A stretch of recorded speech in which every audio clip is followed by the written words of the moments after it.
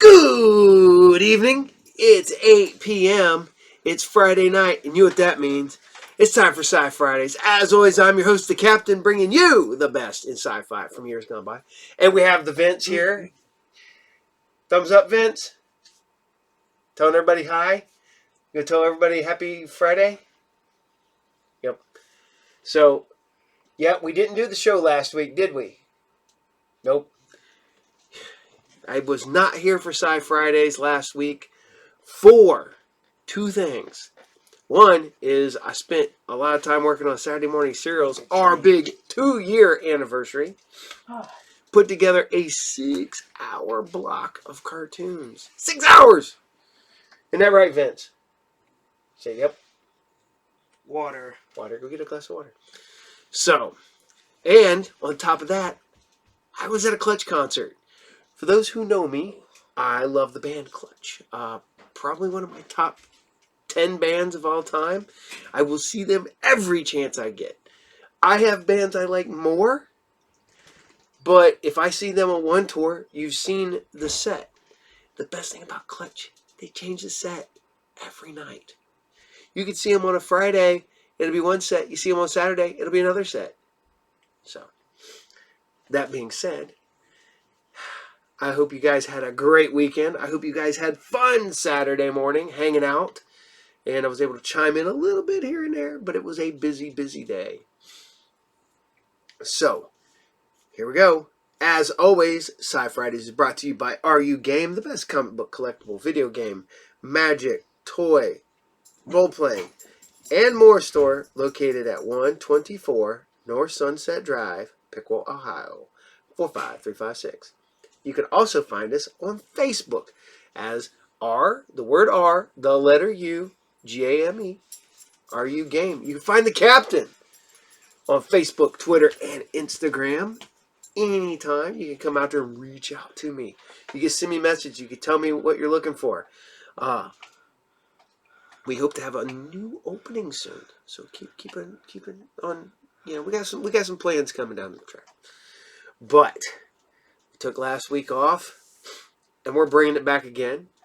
We're starting off. It's going to be the same week as last week, but a couple of these shows are getting to the end with another new show at the end. We're going to start out with some Jason of Star Command. This is season 2, episode 3, The Web of the Star Witch. Enjoy. Jason of Star Command.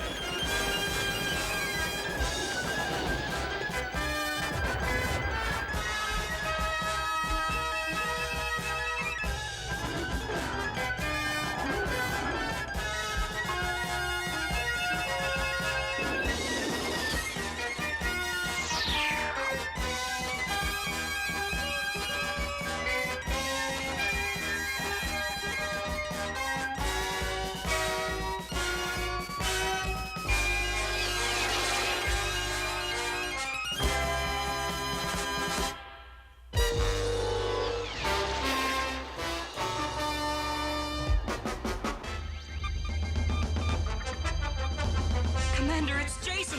That's the identification signal from his Starfire! He's back! This is the commander. Open the docking bay. Prepare to receive Starfire. Docking bay is open, sir. We're ready to receive you, Jason. Why didn't you report you were en route back?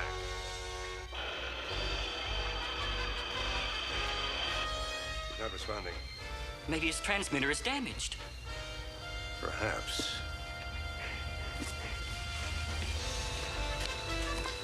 This is the commander. Have security squad meet me in the docking bay on the double. Yes, sir. Something odd about this.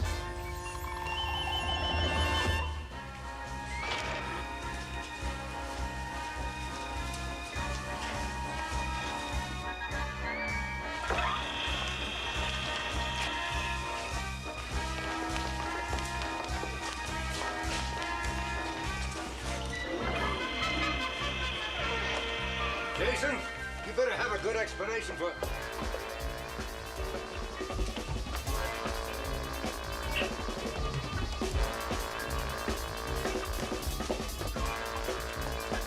no one here. I can see that.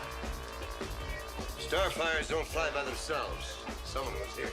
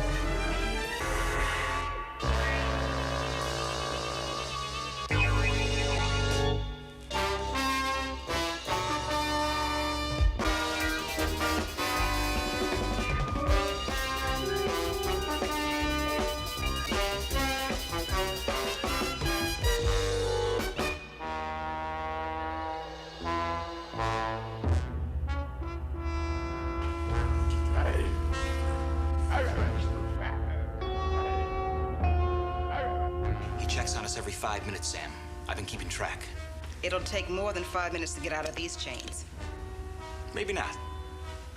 Wiki, you been listening? You bet I have! Naturally! We need your help, little buddy. You gotta get out of that pouch. You mean like this? Terrific, Wiki. Now go to work on my chains. No problem!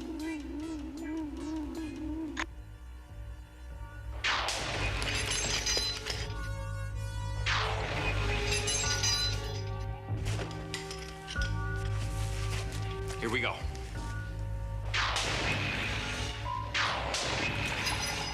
What a relief! Oh, Wiki! You're wonderful. Save the purring for later. We gotta get out of here before Tehor discovers we're free. Come on. Wiki, do your thing. Let's go.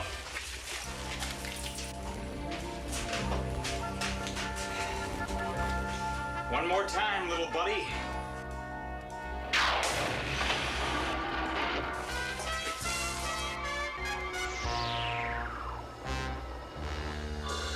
Will not be long now, my queen. The plan is working perfectly. Even now, my creature is planting a time bomb which will destroy Star Command's engines.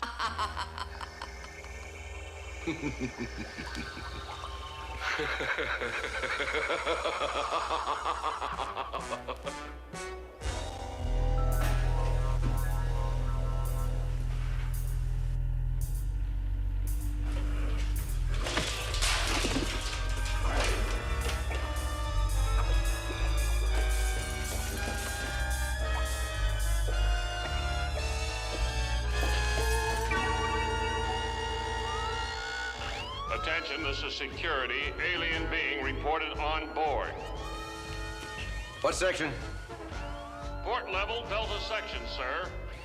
Security squad to Delta section. On the double. We'll find him. Sure. But it's Jason I'd like to find, Commander. I wish I knew where he was.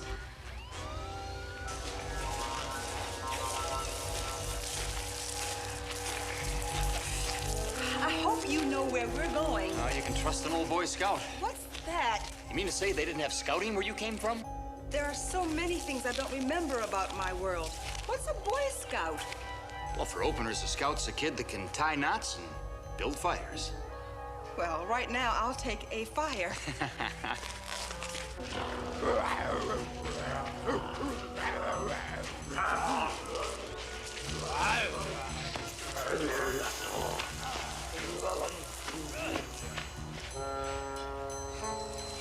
That was a little too close. Yeah. I think we better look for a place to keep out of sight, huh? I think you're right. This isn't exactly a friendly place. Let's take a look over there.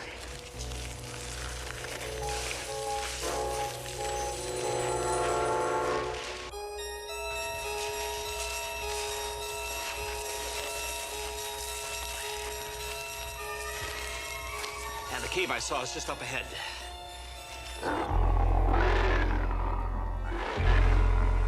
What's that? I don't know, but whatever it is, I don't think it's friendly.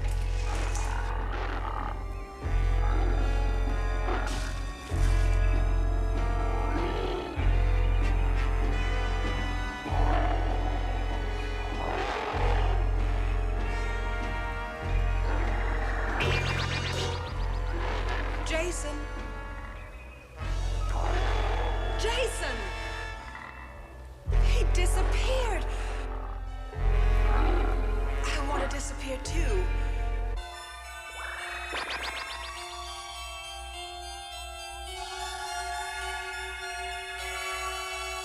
Samantha.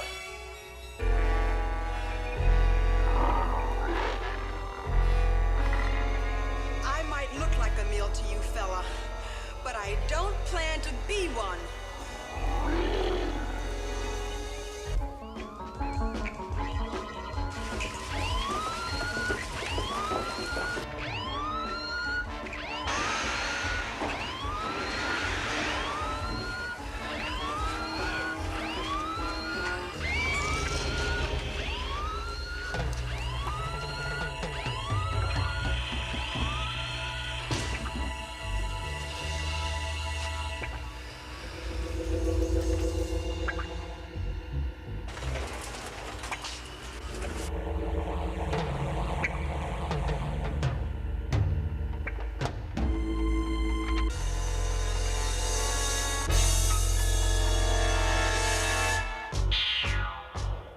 Attention, control room.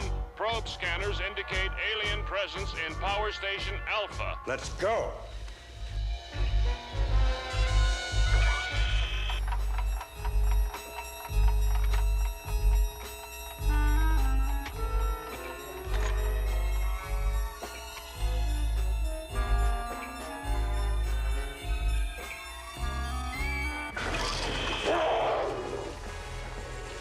Going somewhere, my friend? Doc!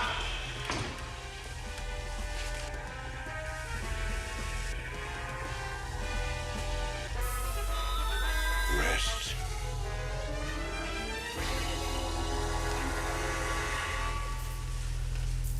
He won't give you any trouble. He'll sleep for at least 5 minutes. Take him.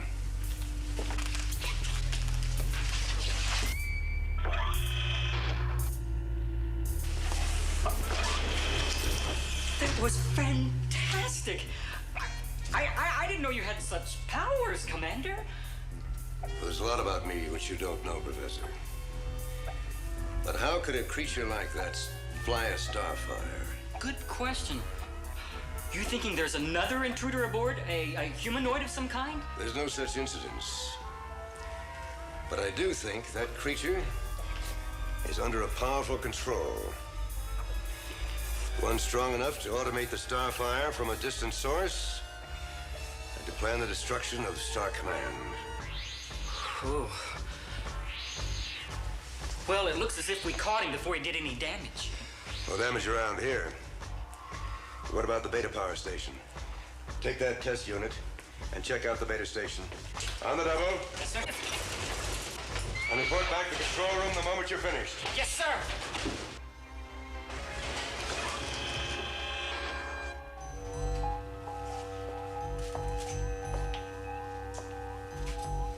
Welcome, Jason. So nice of you to pop in like this. So you arranged this, Medusa. Queen Medusa, if you don't mind. A queen without a planet? That's a switch? Have no fear, Jason. Dragos and I will soon return to power. Why did you bring me here, Medusa? What do you want? The two of us working together. Oh, just think of what we could share. Sorry, Medusa. I'm not interested in conquering the galaxy or making slaves out of the creatures who live in it. You will join me, Jason, or your new friend will share a very unwelcomed fate. All right. All right, I'll listen to your proposition, but first you've got to free Sam. Of course, Jason.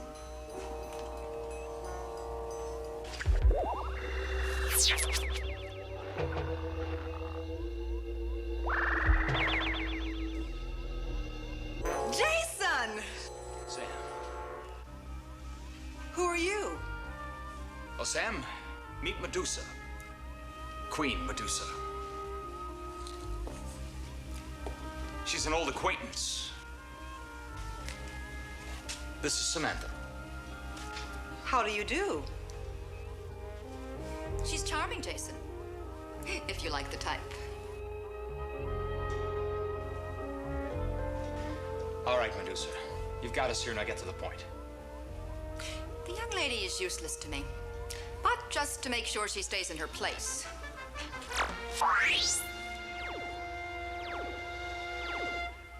I just prefer you motionless. As for you, Jason, I still want you as an ally. And I'm still not interested. Perhaps you don't realize what I'm offering. Come with me. Don't worry, she's not going anywhere.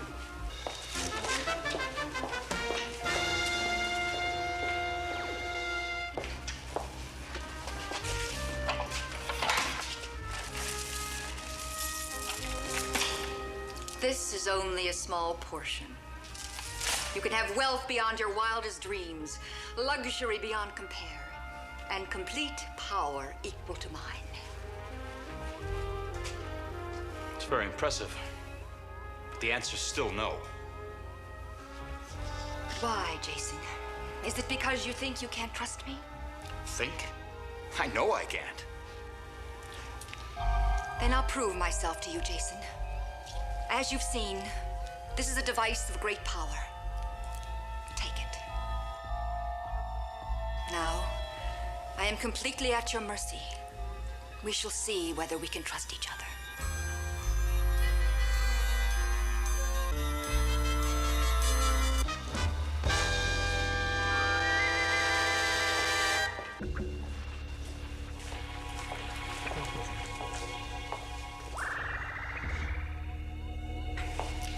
You disappoint me, Jason. Very clever, Medusa. But my allegiance is the Star Command and a free galaxy. Now let's see how your little device works on you.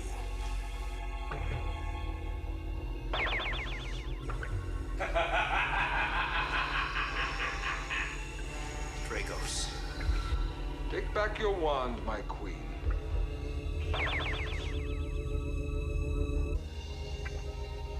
Oh, if only you were not so stubborn, Jason.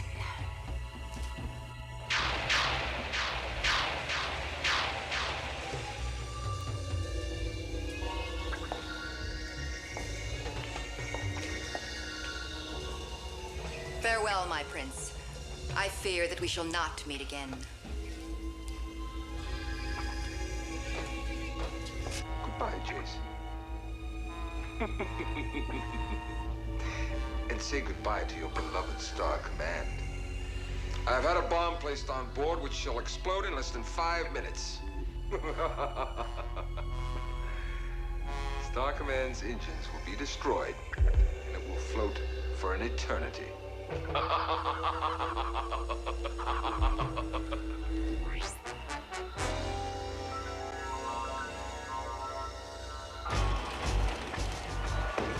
Thank you. No damage at the Beta Power Station, Commander. Any word from Jason? None. That creature was sent here for a reason. But what? What? Got any ideas? None. We better think of something quick. Star Command's running out of time. Hey, what about me? Wiki. It's about time. Wiki, you think you can hit that panel? Sure I can. Samantha said I was wonderful.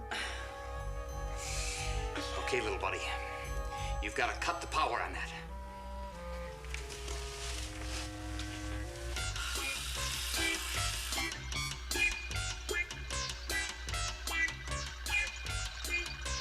Hurry, Wiki.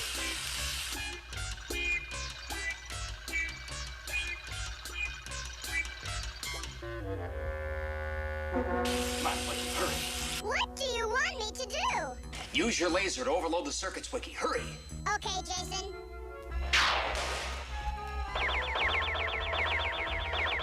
Hey, how about that? Let's go. Wiki, you did it! You can say that again. Thanks for helping us out, little buddy. Anytime. Now to get back to Star Command. Without a spaceship, that's easier said than done. There's got to be another way. Now, this is obviously some sort of matter transmitter. But Wiki just destroyed it. No, he just overloaded it. Now to reset it.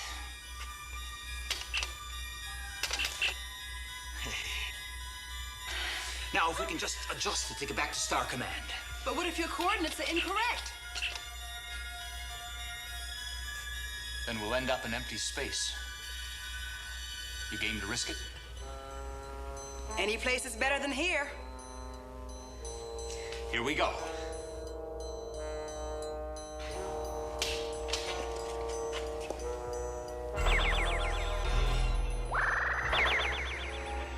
Fantastic, we did it.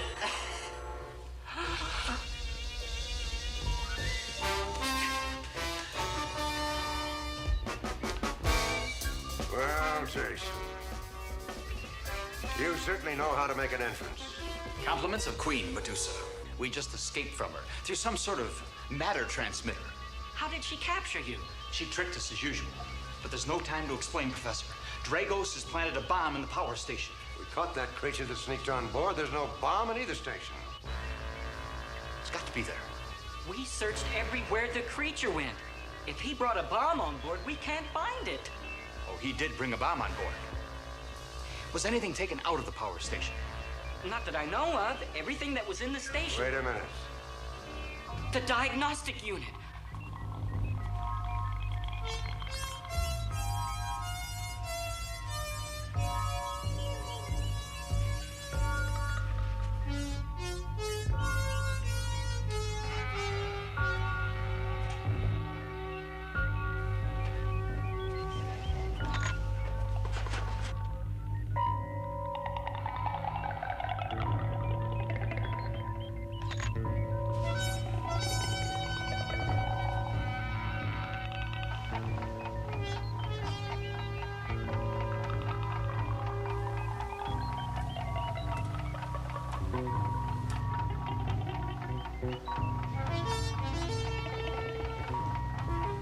It's too dangerous to disarm it here.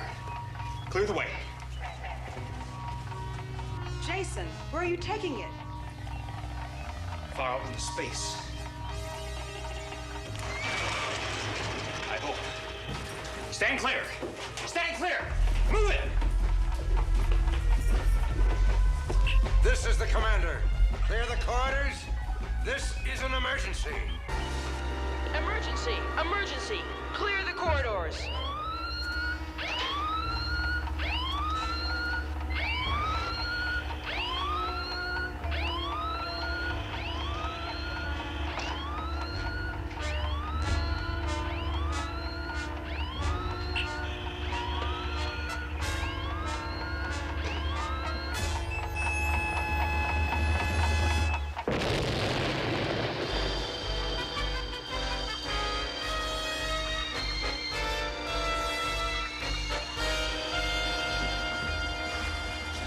You made it?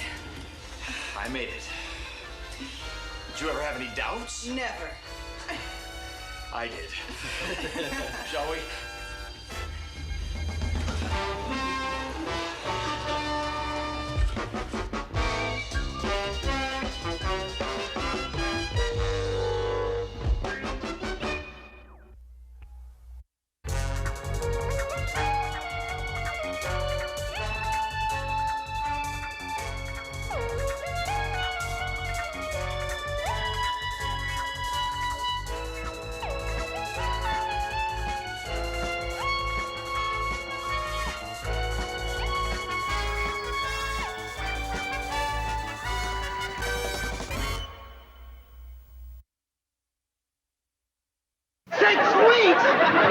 You promised we'd take care of an 8-year-old for 6 weeks? Raymond ain't gonna be no trouble. He'd probably be napping most of the time anyway. 8-year-olds do not take naps. They do if you slip some booze in their milk. Louise, you're even more beautiful than your pictures. Oh, not really. I bet when she was younger, she was one foxy number. What? Tuesday at 7 on San Diego's KUSI TV 51. Robotech transmissions will now resume.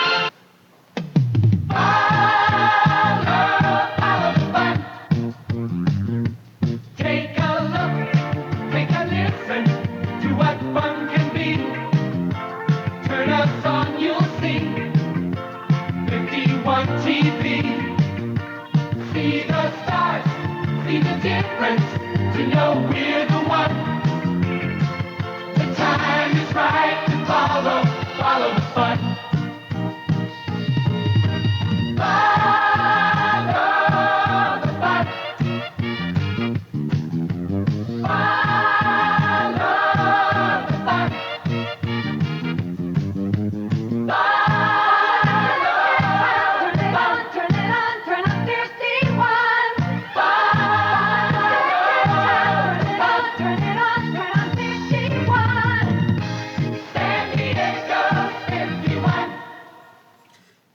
hope you guys are still liking Jason of Star Command. Then we will go to Space Academy.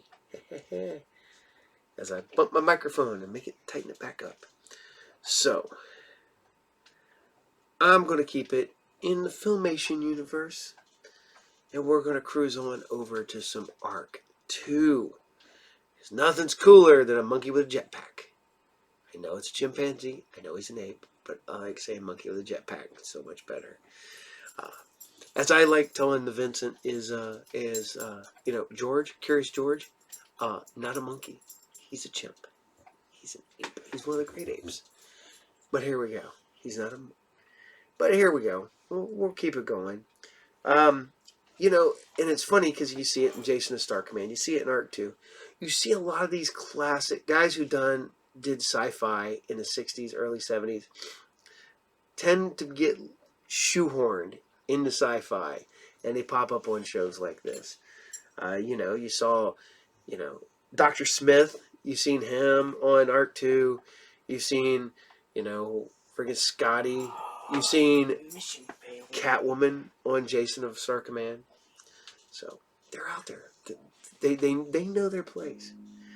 Like I said, that sounds mean. They found their sweet spot and they went for it. But here we are, guys. This is Arc 2, episode 10, and this is The Robot. Enjoy. Arc 2 log, entry 93. We are in Sector 9, Area 15, with the best assignment we've had in months. 2 days of rest and recreation at a beautiful oasis, and we sure have earned it.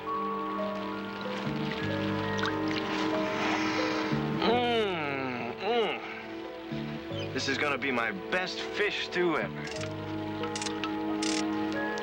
There's only one thing missing. Fish. Talk to Samuel. He's supposed to be the fisherman. Hey, where is Samuel? Where he's been for the past 4 months. He's not working on Alfie again. Right.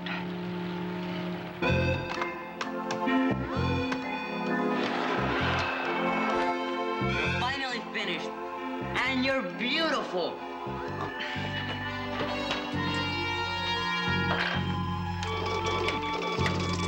Don't film me, baby. What is your name? My name is Alpha 1. Hey, he works! He works!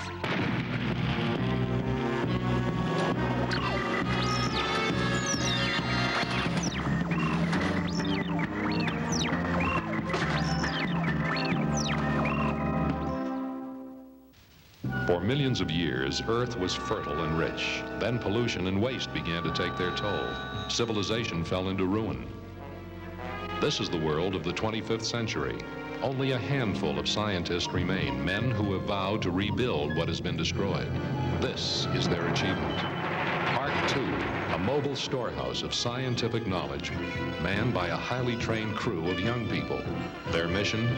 To bring the hope of a new future to mankind. Arc 2 log, entry number 1. I, Jonah, Ruth, Samuel, and Adam are fully aware of the dangers we face as we venture into unknown, maybe even hostile areas. But we're determined to bring the promise of a new civilization to our people and our planet.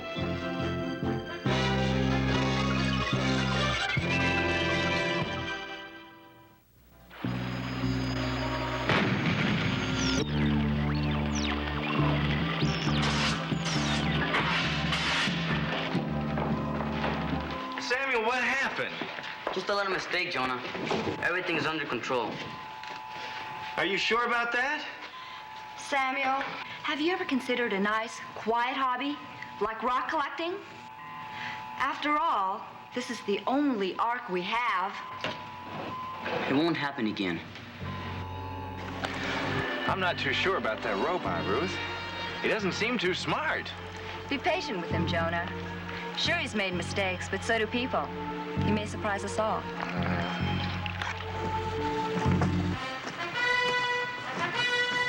Greetings. I am Alpha 1. Well, what do you think? Samuel, he's incredible. Absolutely incredible. It's fantastic. Look how, Ruth, I think he likes you. Well, he's very impressive, but what exactly does he do? You name it, Alfie can do it. He's gonna be a great addition to our crew. Our crew? Now, wait a minute, Samuel. Jonah, he can do things we never dreamed of doing. Maybe so. But he'll really have to prove himself if he's going to become a member of this ARC team. He will, Jonah, he will. Come on, Alfie. Do not worry, Commander. You will be proud of me. Look out, Sam!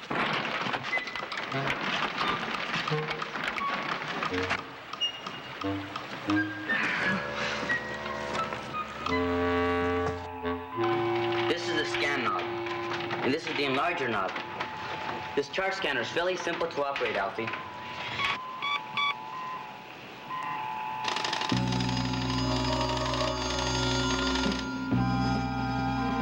Practice on the scanner. I gotta go find Jonah.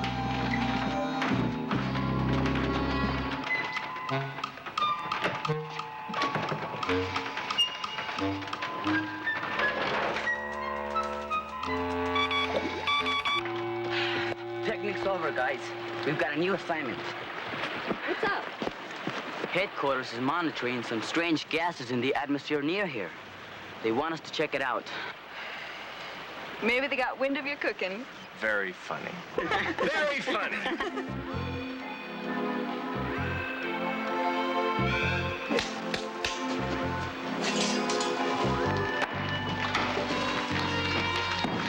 Prepare to get underway. I'll put a map up on the scanner. What? Hey, what is this? This is the scan knob, and this is the enlarger knob. Samuel!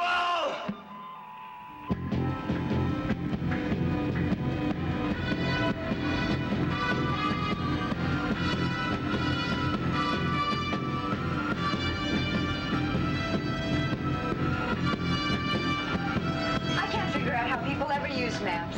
This is ridiculous. Samuel, how much longer before that map scanner's ready? Not long. Alfie and I are working on it. Alfie! Oops. Oh.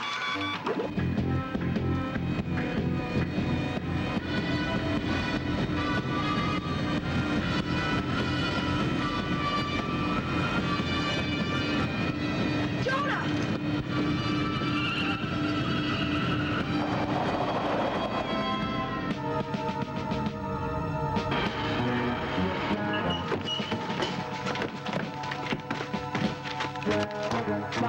Hey, wait! Oh, no. Hey, wait a minute!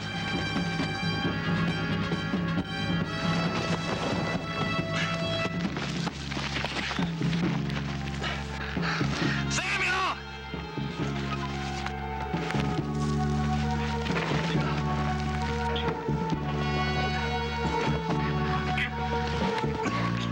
She's in some kind of a trance. Well, let's get him into the Ark and run a meta check right away.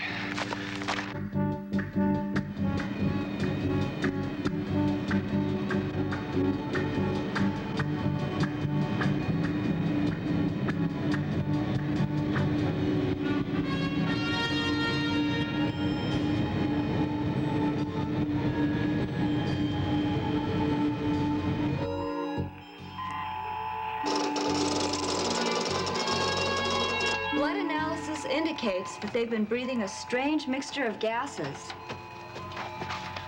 Strange gases? Exact composition, 12 parts per million helium.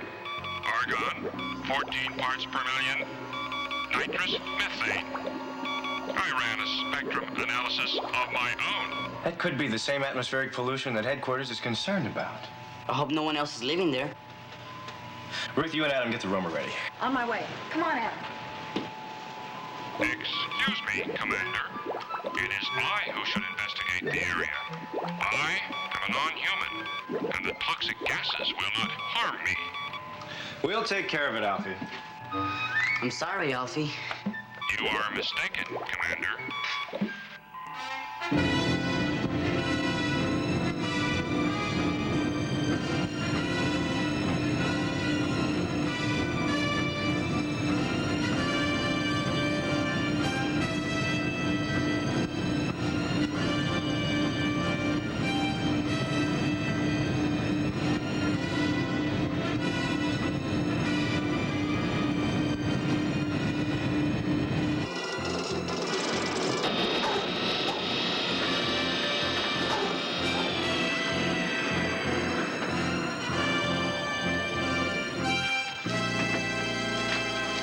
Oh, and Sam, there's one more thing. I want you to deactivate Alfie. But why? Now, we're gonna have our hands full on this assignment. We can't afford any complications. I want that robot shut down completely. That's an order. Yes, sir. What are you doing, Samuel? Alfie, I don't know how to tell you this, but Jonah says I have to shut you down. You must not, Samuel. Alfie, please don't argue with me. It's hard enough as it is. Adios, amigo.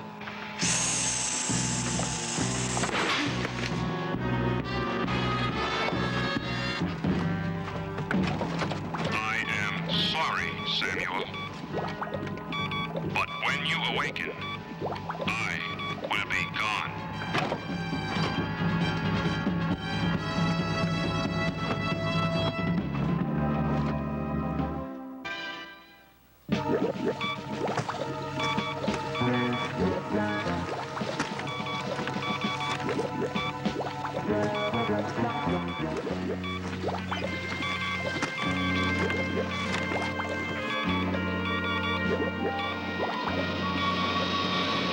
Bruce, activate Rower Bay ramp. Activated.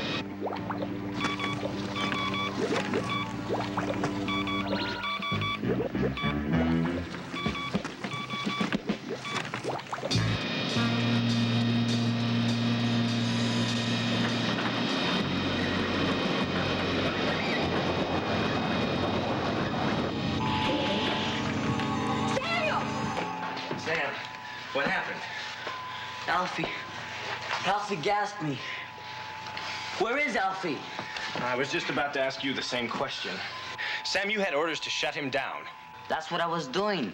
That's the last thing I remember. What terrific timing. Maybe Alfie had a reason for what he did, Jonah. Sure he did. He didn't want to get shut off. He's flipping his circuit. That's his reason. There's no telling what he might do.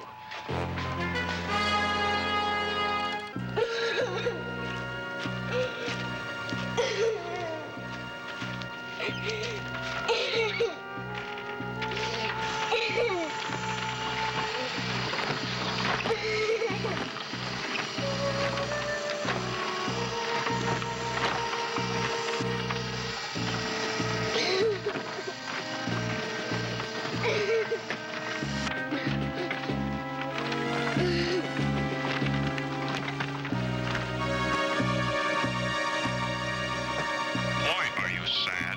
I will not harm you. My name is Alpha One. You may call me Alfie. What is your name? Nestra. That is a lovely name, Nestra. Why are you out here alone, Nestra? My mother and father got the sickness like the others. And now they're gone. I was looking for them.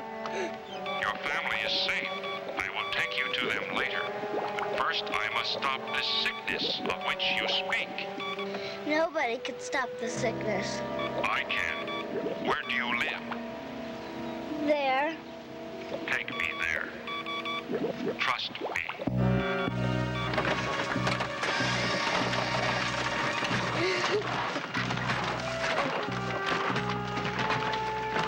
Jonah, let me look for Alfie. I know how to handle him.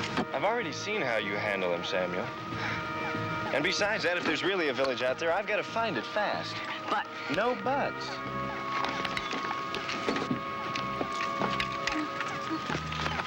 Jonah, here's the gear you wanted.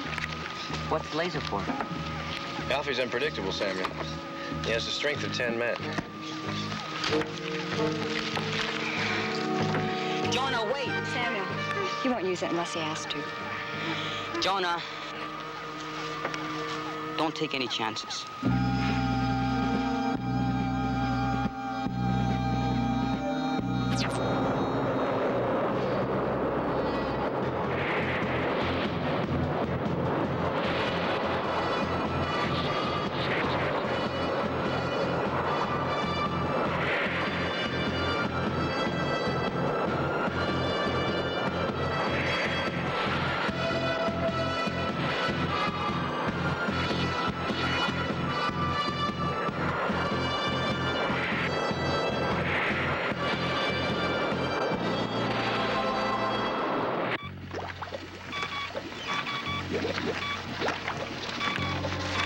There it is, Alfie. That's my village.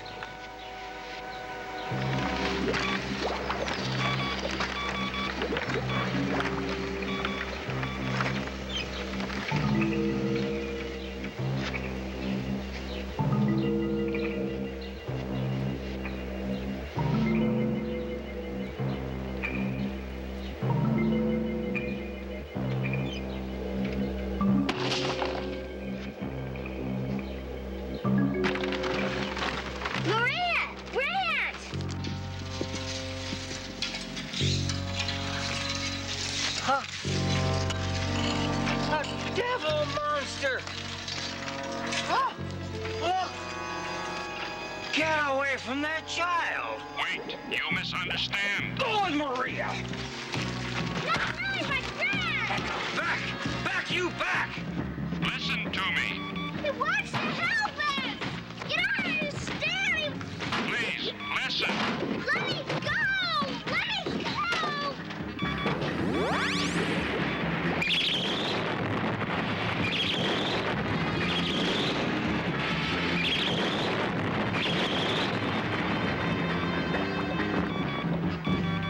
We're in luck. He's leaving. He's gonna help us! Let me go!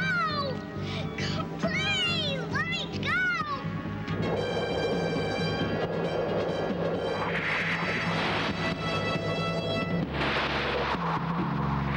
R2 to Jonah. Any sign of the village yet? Not so far. Wait a minute. There it is now. Okay, we're marking your position.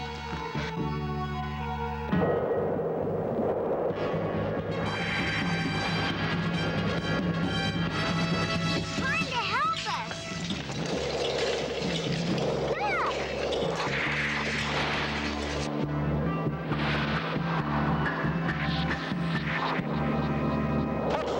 A sky devil! A sky devil!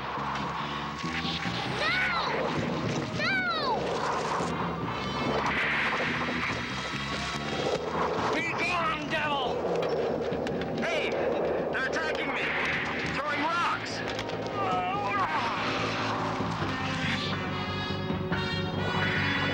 Jonah, pull up! I can't! They damaged one of my thrusters! I'm losing control!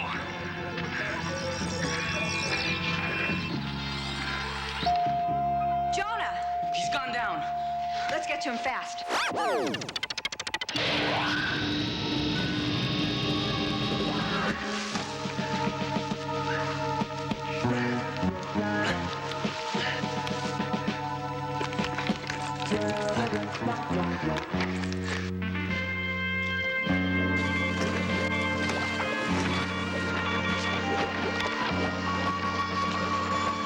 Do not fear, Commander. I will help you. I never thought I'd be glad to see you, Alfie. We all make mistakes, Commander.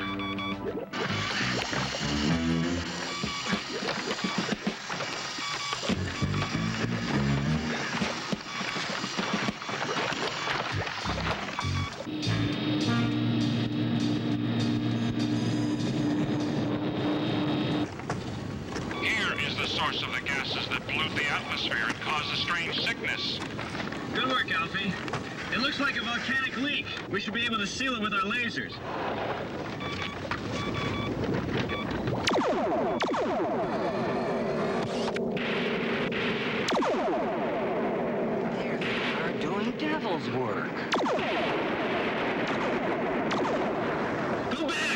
This is the gas that's making your people sick. Ah, the devil lies. He will say anything to save himself.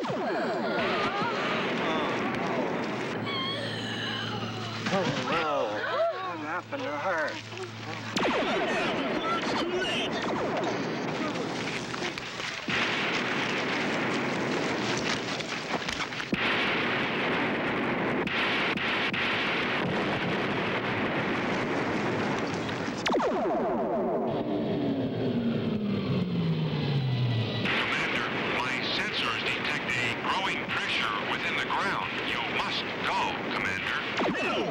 We've got to button up this hole somehow. If only we could cave in the sides. These lasers are too slow. There is a way, Commander.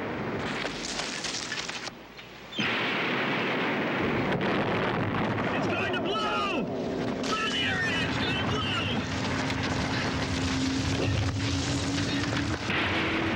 It is too late to run. Alfie, come on! The hole must be sealed, or you are all doomed. Don't I know what he's gonna do? He has a self-destruct mechanism. Alfie!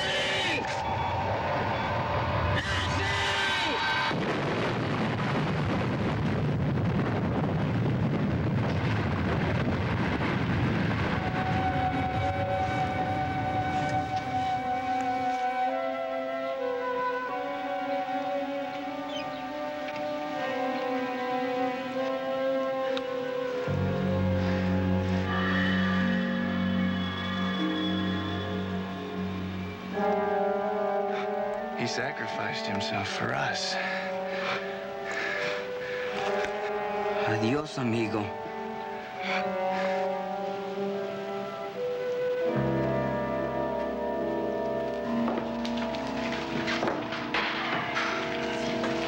That's strange.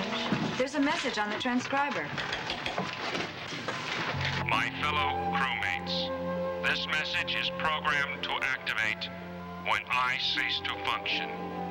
I wish to apologize for the problems I have caused. My circuitry was not well developed at first, and I made many mistakes. In time, I learned. I am a robot, yet I am not without feelings for all of you. Samuel, do not think of me as dead.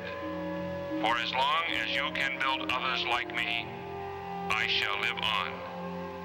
Farewell, my friends. There'll never be another one like you, Alfie. You're one of a kind. Arc 2 log, entry 94. Life in the village is slowly returning to normal. Our mission here is finished thanks to a machine that had the human feelings of friendship and love. As Ruth said earlier, everyone makes mistakes. Neither machines nor humans are perfect. It was from a machine that we learned that lesson. A machine we will always remember fondly as Alfie.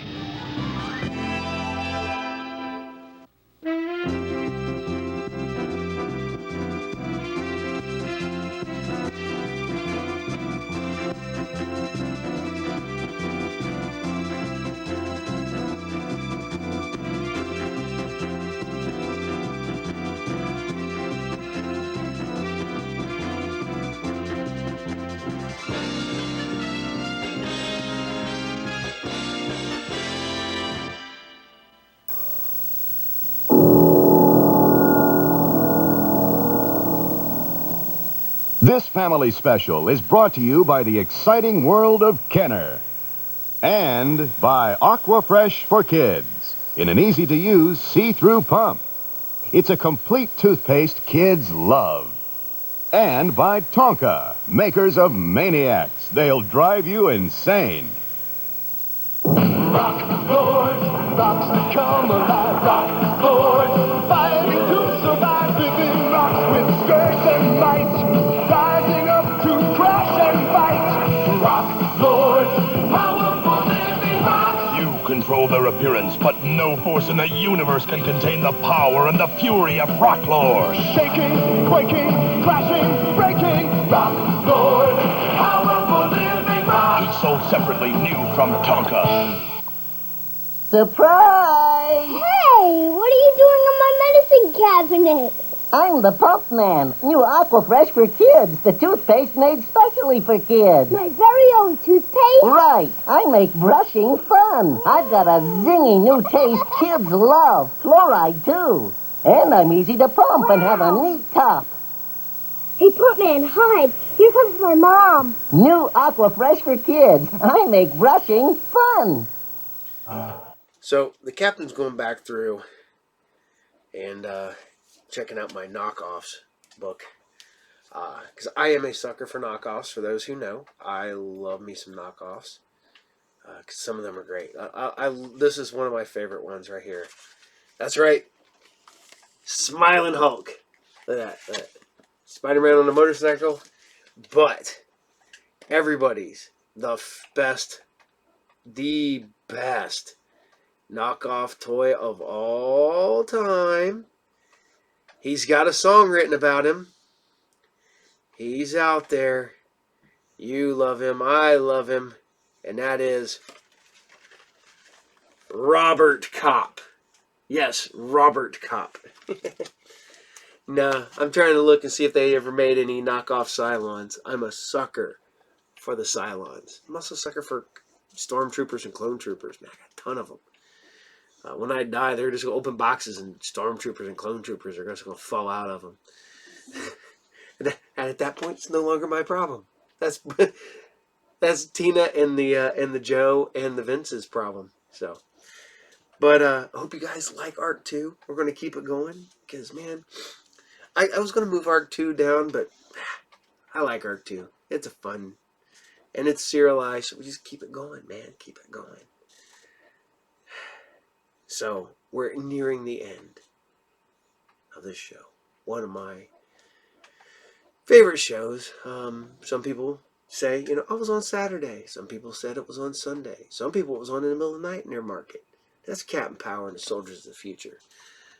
It was syndicated, so I believe it was just up to the channel that picked it up to air it. And I watch mine in the mornings. But this is it, man. This is the next to last episode. This is a two-parter. This is Captain Power and the Soldiers of the Future, episode 21, Retribution, part 1. Enjoy. Captain Power and the Soldiers of the Future. Earth 2147. The legacy of the Metal Wars, when man fought machine and machines won. Biodreads, monstrous creations that hunt down human survivors and digitize them.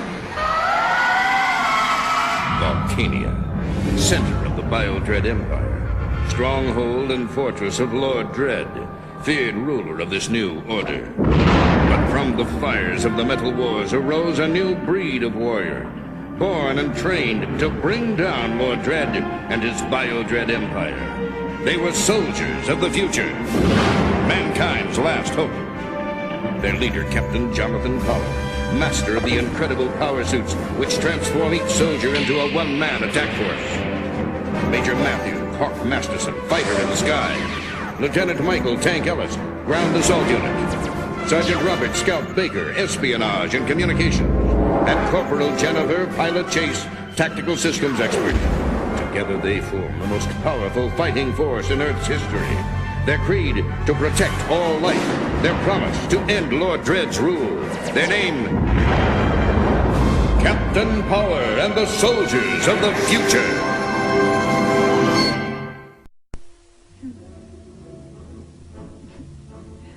Database Journal 4712, Mark 15.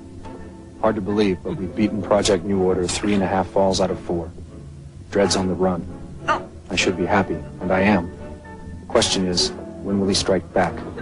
And how? Let Fred Astaire show you how it's done. Fred Astaire? Whoa. He was a younger man.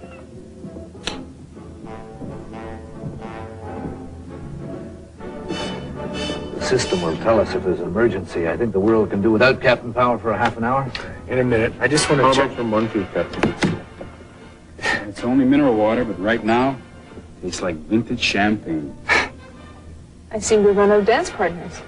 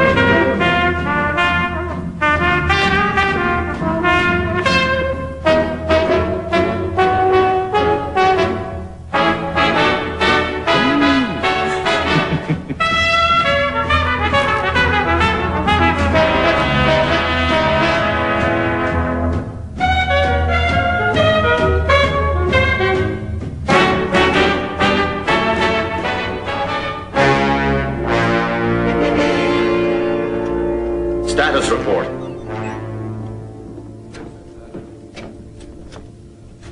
Damage control report, sections 1, 3, 7, and 9 returning to online status. Repairs to primary laser systems. So much damage, we must move faster. Push the repair schedule ahead 6 hours. My lord? And run the defense simulation drill again. My lord, we've run it 5 times already. Then you will run it the 6th time, and the 7th.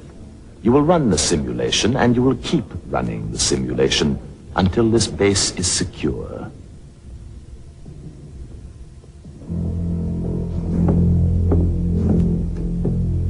You are not well, my lord. The battle with power Is over. But the war, Sauron, oh, that is something else again. When he sees me next, power will find a very different opponent. Soon I will throw off the bonds of flesh, and then we shall see indeed. My lord, you have a mission for us? For me, ground crawler, not us. Something you wish me to destroy? We have been proceeding in error, my warlords.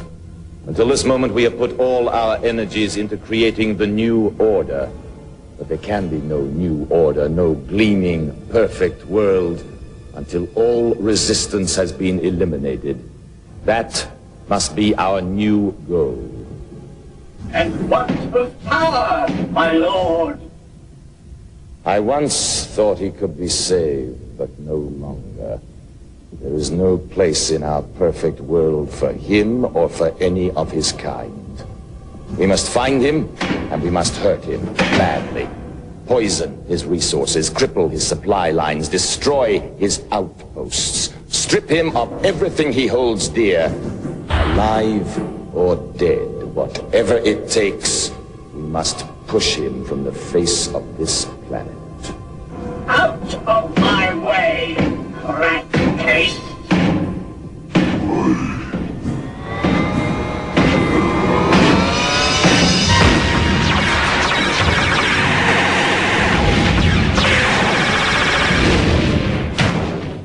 Database Journal 4712, Mark 22.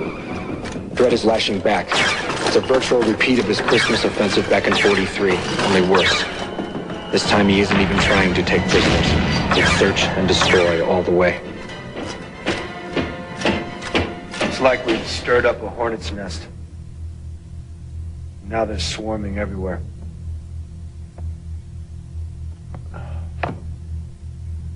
In a way, it's a good thing. It proves we heard him, stopped him. And now he's angry. But my father always said, when you're angry, you make mistakes. He'll make one. When he does, we'll be there.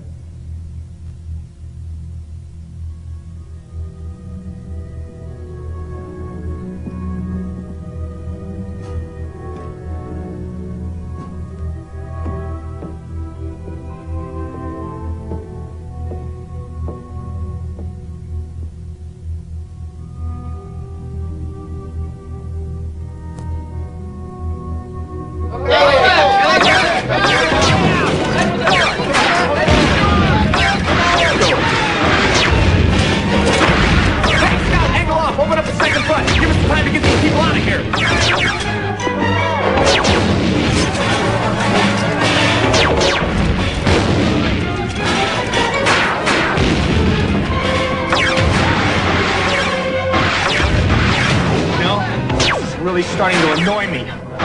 Can't take this kind of thing personal. You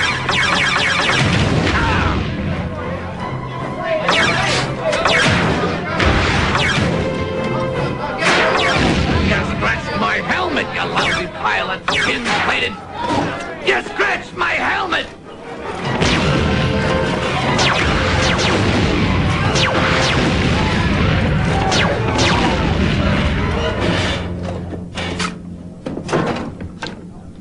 Glad to see you're not taking this personally, Hawk. Let's go.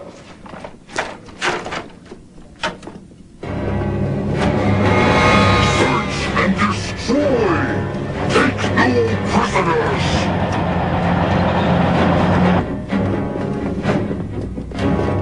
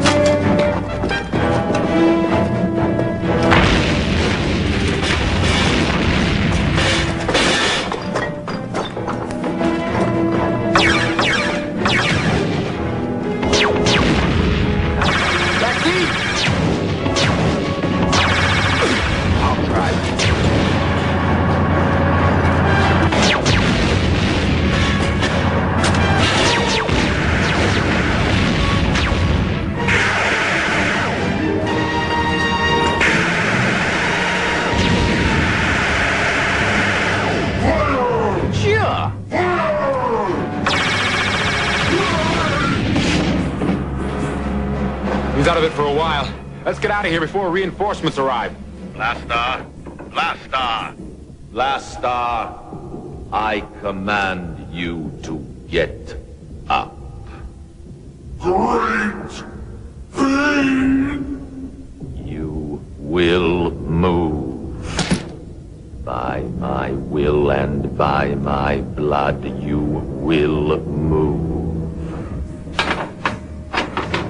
Do not stop. Keep moving. I command you to keep moving. System disruption! We're approaching the transit gate. Nice to have one fairly close. By the time anybody else gets here, we'll be long gone. Activate coding sequence. Prepare for transit.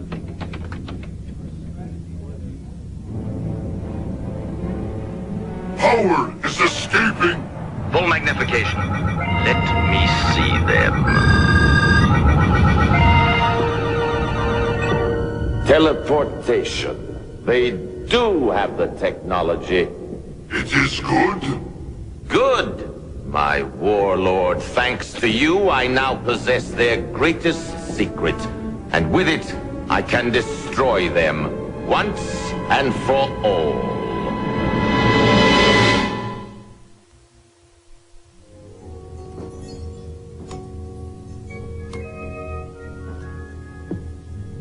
It's a Christmas tree. It's a Christmas tree. Exactly. It's 4712 Mark 24, John, or had you forgotten? It's been so long. On top of our victory over Project New Order, I thought it was high time. You can't get a fir tree anymore. It only snows way up north. But by God, we're going to have a Christmas tree. You're telling me that nobody in this room thinks that this thing looks like the inside of a biodread? Philistine? Of course, I did use some bits and pieces we've blown off Sauron for decoration. I thought it added a nice symbolic touch. I made something like this myself once. I was just a kid. Scrounged up the parts, cobbled it together. Even found a couple of batteries for the lights. When my mother saw it, God, I thought she'd never stop crying. I said I was sorry. Figured maybe I hadn't done it right. She laughed, smiled, kept right on crying. For what we'd lost and what we still had.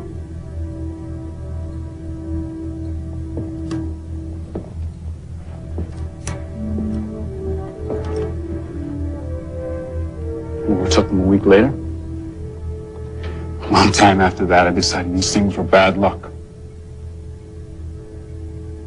Never made another one. Who saw one? Until now.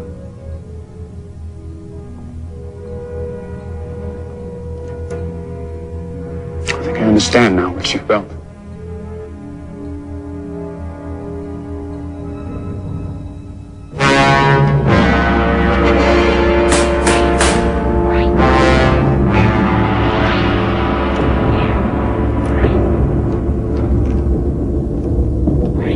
Gordred, you are still awake.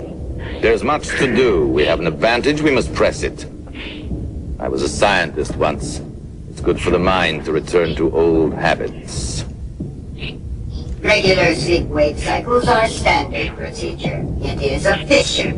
It is the way of the machine. Over mine. Would have much to say on the subject, yes. But then you have much to say to Overmind, do you not? I've been watching you. Nearly as much as you've been watching me. I am Lackey. I live to serve. And whom do you serve? The Biodread Empire. Oh, yes, so do we both, in different ways. Now, if you wish to serve, bring me the core analyzer. It's in the primary systems console over there. And it's not the black box on the floor.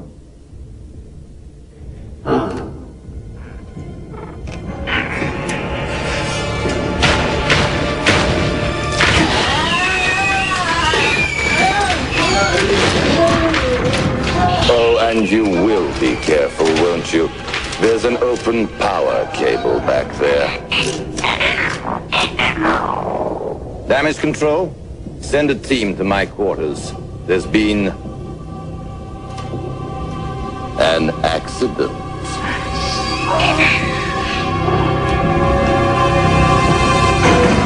Sauron? What is it you wish, my lord? A new piece of hardware for you. Analyze and integrate on my mark. Mark.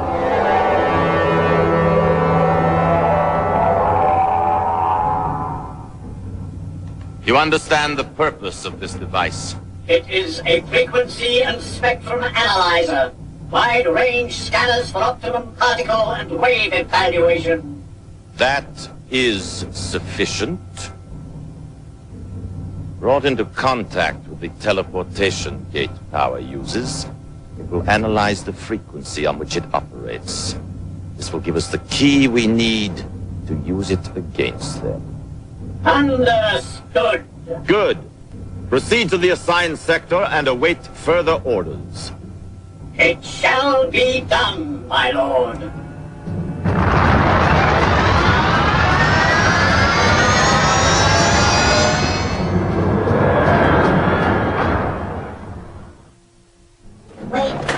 Wait, I am not quite dead yet. I am not quite dead. Overmind, this body grows weary. It has been taxed beyond its capabilities. What is the status of the cerebral transfer? On schedule. You must enter cryogenic suspension to begin the transfer within 24 hours. Enough time to finish this task. Dread. Sensors indicate Lackey dysfunctional. Yes, an unfortunate turn of events.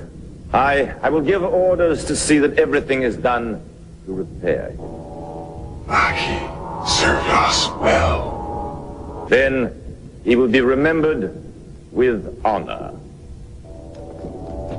Activate the mind link. For the first time since I took control of all the world's biomechs and began the Metal Wars, I require direct access to all of our troopers everywhere on this planet. Show me the power, Overmind. touch me with the might of the machine. Hear me. For the next 24 hours, all operations are to be cancelled. Top priority must be given to monitoring stations. This is an ultraviolet priority order. Ground and air stations are to scan for Power's ship. I am to be notified the second contact is made. Do not engage the enemy except on my orders. And now, we wait.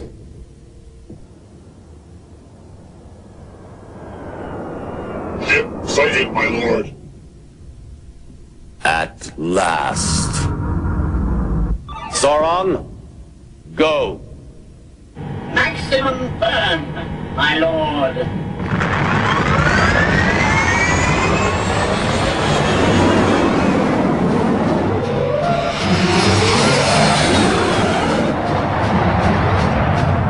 Picking up anything, Scout?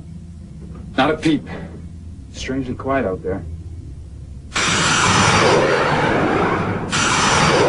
I will be within their sensor range shortly, my lord. Do it now, Sauron. We should be at the rendezvous point. Captain, we've lost stabilizers. Nothing on screens.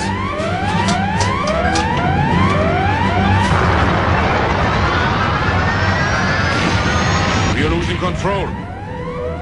40% loss. Go to manual. Captain, the engines are hit badly. We're losing power. We're talking major repairs here. We'll be lucky if we get back to base intact. All right. Head for transit gate.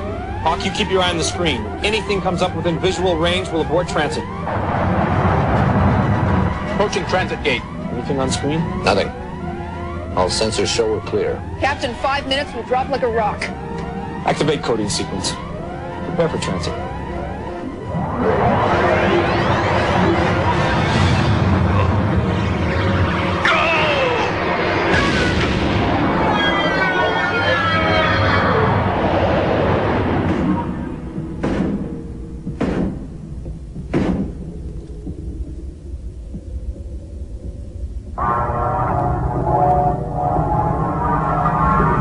The data is complete.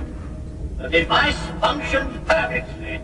Until this moment, Power's base of operations was unknown to me. But now the advantage is mine. With this, I can follow him, locate his base, and destroy him. And there's absolutely nothing he can do about it. He's finished, Sauron. And he doesn't even know it. Yet. This is Captain Power. I'm closing in on Dredd.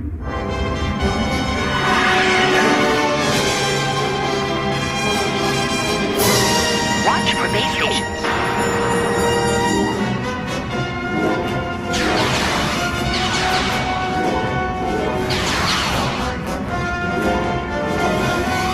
Visibility down. Going to scanning systems. Activated. Check energy levels.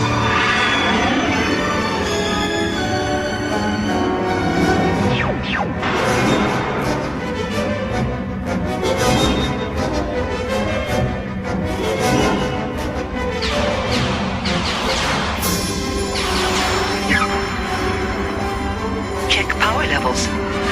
We took a few hits, but we've still got plenty of power. Energy systems full.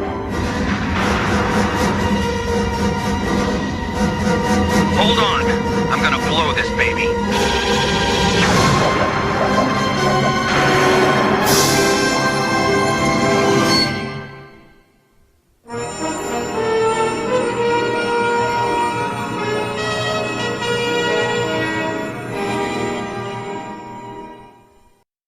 Four guys rushing to the rush hour. Fist by the hand, by the hand. McMuffins fresh and hot, or biscuits golden brown. Breakfast from McDonald's, what a way to get around. Round two, You're on, guys. It's a good time for the great taste. Bye, breakfast by the hand. Try our new Fast Break combos. Bacon, egg, and cheese biscuit or sausage and egg biscuit with regular size coffee and regular size orange juice, just $1.99. burger places may be good at making hamburgers, but when they try to make chicken, it doesn't always fly. That's why I count on the chicken experts, Kentucky Fried Chicken. The Colonel's secret recipe makes their chicken tender, juicy, and downright delicious. Things are licking good. At Kentucky Fried Chicken, all we do is chicken, so we do it right. Those burger places are only fooling themselves. Kentucky Fried Chicken, we do chicken right. NBC Sunday Night at the Movies will return following these messages. Monday, an NBC movie premiere. Stay away from John Doe 83. He has a power they can't imagine. Some form of telepathy? He's sending me his dreams. He's sending them his nightmares. The Sender. Monday. Passion has turned to obsession. The child is my son. Danger surrounds him. Will you help me? It's never been so real. Beauty and the Beast, Wednesday. This is CBS. I just returned from America, where they rush. Work. Don't they go mad? Yet they escape to Belgium. Escape? Abandon themselves to pleasures, eat and drink delicious things, get treated like czar by friendly waitress. Pretty girl. We do Belgians escape. Your escape from the everyday.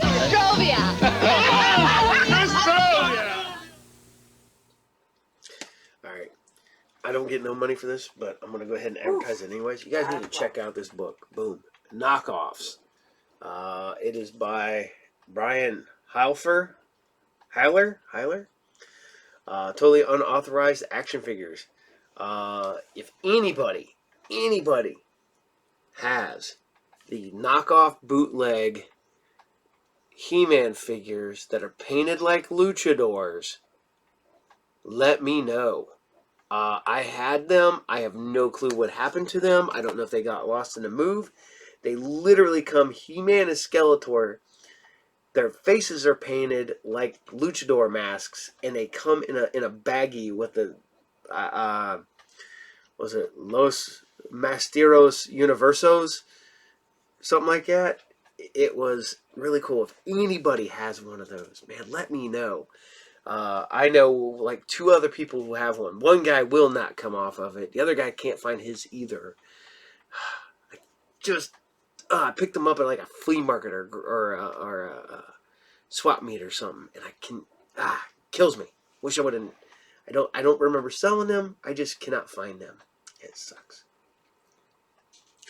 So I hope you guys still like Captain Power, because we're nearing the finish line on Captain Power. It is almost done. And maybe it's almost done, because there's still talks of a reboot.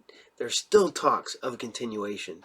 A few years ago, there was Project Phoenix, which was really close to bringing Captain Power back, and I don't know what happened. I don't know if they couldn't find funding or what, but I think if they would have tried it now, they would do great. But that's just me personally, so. All right, ladies and gentlemen, I've been adding a made-for-TV movie at the last one, and hopefully we can get this one passed. This is legitimately the TV movie that started one of my all-time favorite television series. I can blame my friend Mark for this one. I'd kind of seen episodes. It aired when I was born. I was 1-ish around when this came out. Actually, when the TV movies came out, I wasn't even born yet. This is BP. This is before Paul. This is BC, before the Captain. That's right. It was because of him finding bootleg tapes. I got hooked on it, and I love it to this day. I still watch probably the entire series once a year from beginning to end. And this is the movie that started it all. This is The Night Stalker. It's inspired Kolchak, The Night Stalker, which is still around in some ways. There's still books. There's still comic books occasionally. There was the failed reboot TV series. It if we wouldn't have Kolchak the Night Stalkers, we'd never had X-Files. So, this is the Night Stalker TV movie. Enjoy.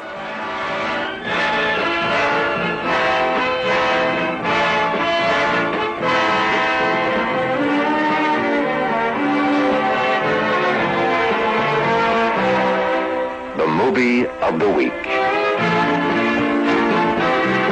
Presenting the world premiere of an original motion picture produced especially for ABC. Tonight on the movie of the week.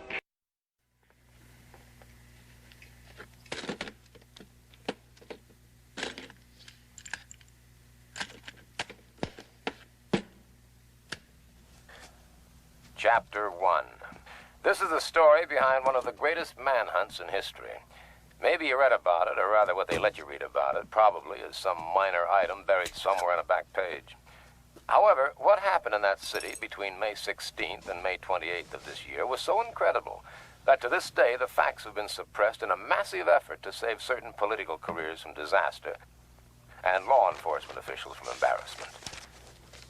This will be the last time I will ever discuss these events with anyone.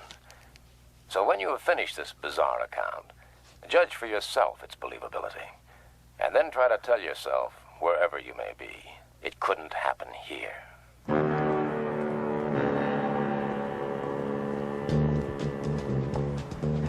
Sunday, May 16th. At approximately 2:30 a.m., Cheryl Hughes was standing at the intersection of Casino Center and Fremont Streets waiting for a girlfriend to give her a lift home.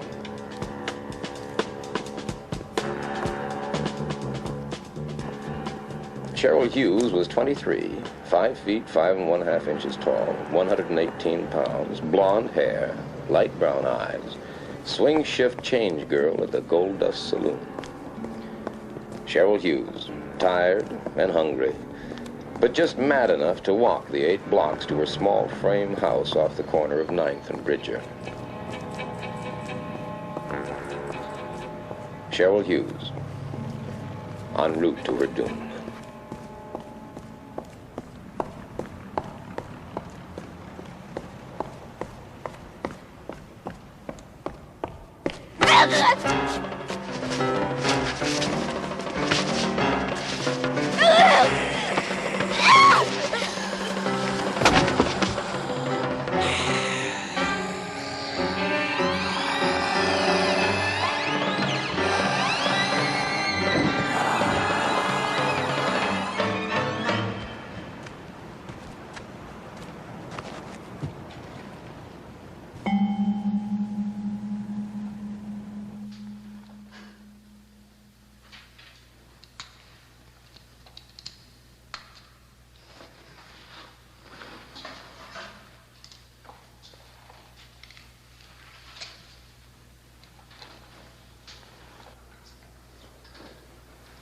Odd.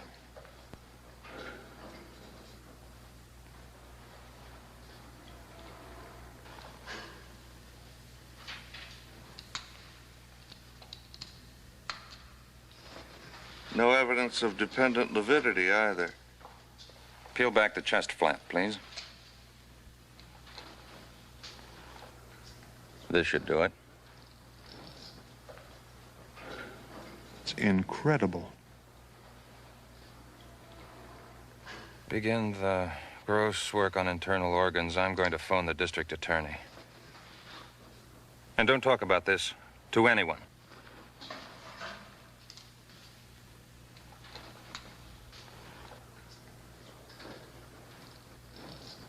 I came into it 2 days later, called back 97 miles from the first vacation I had had in 2.5 years because the story is so big no one else can handle it, according to our lovable managing editor. Rumor has it that the day Anthony Albert Vincenzo was born, his father left town. The story may be apocryphal, but I believe it. The only point I wonder about is why his mother didn't leave, too. Good morning, slaves.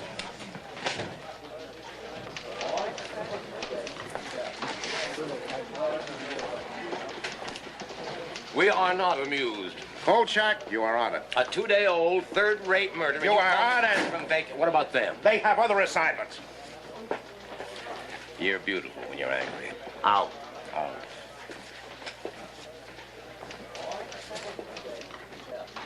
First stop, County General to see one of my most reliable spies. At least he used to be reliable. Hello, Carl. Oh, I thought you were disbarred from malpractice. I thought we were rid of you for 2 weeks. Yeah, so did I. Well, about this, Cheryl Hughes thing. Why does it say officially undetermined under cause of death? Why don't you ask the coroner? Oh, thanks. Come on, you're my spy here. Listen, haven't I kept quiet about all those illegal operations you've been performing in closets? Come on, tell me true now, John. Was there anything unusual about the autopsy? No, all I know is she lost a lot of blood. Yeah, some spy. I'm just a poor, hard-working doctor that occasionally takes pity on an aging reporter. Dr. O'Brien, any messages there for me? Pulitzer Prize story to me. Second stop. The Gold Dust Saloon, and a chat with Gail Foster, one of Cheryl Hughes' fellow workers, and a rather close friend of mine. Poor Cheryl. I feel just terrible about it, Carl. Well, honey, if you don't want to talk about it, you don't have to. No, I want to help if I can. Well, you said that she never had any boyfriends. No, none that I ever heard of. She dated once in a while, but never the same man twice. I don't think she liked men. Yeah? Yeah. She even took karate lessons in case one got fresh with it. You mean that she knew karate? Yeah. Brown belt. Oh, I see him. I've got to go. Bye-bye. In any town the size of Las Vegas, the murder of one young woman hardly causes a ripple. But then the ripple started. Thursday, May 20th, 7:02 a.m.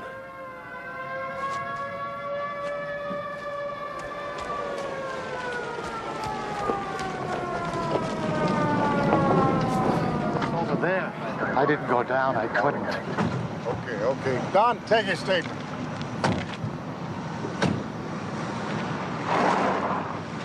What took you so long, Kolchak? I got a flat tire.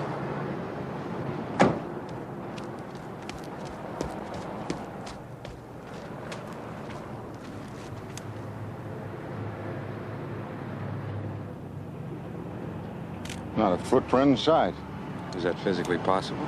If it happened, it's possible. Well, it sure looked like it happened. Now, come on.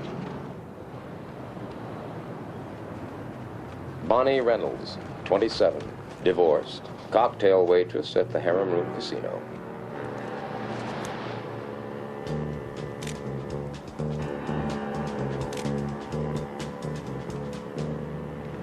Look at her throat. She must have lost an awful lot of blood. Cheryl Hughes lost a lot of blood, too. You read that in the newspapers, did you? No, I didn't read that in the newspaper. This girl lost a lot of blood, Sheriff. But she didn't lose it here. Anything? We found a purse. There's signs of a struggle up here. But nothing in between. Only our footprints.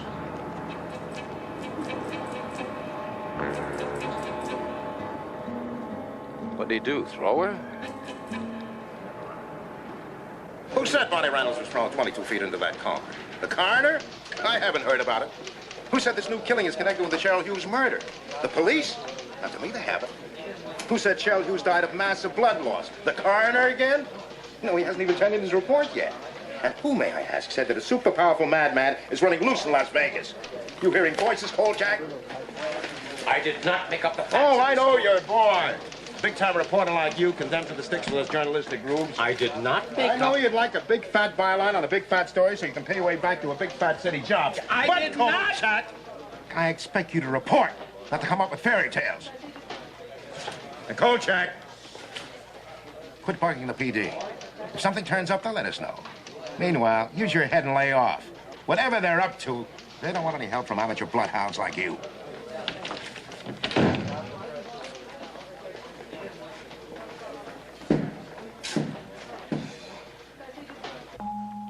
Friday, May 21st, 8:06 a.m.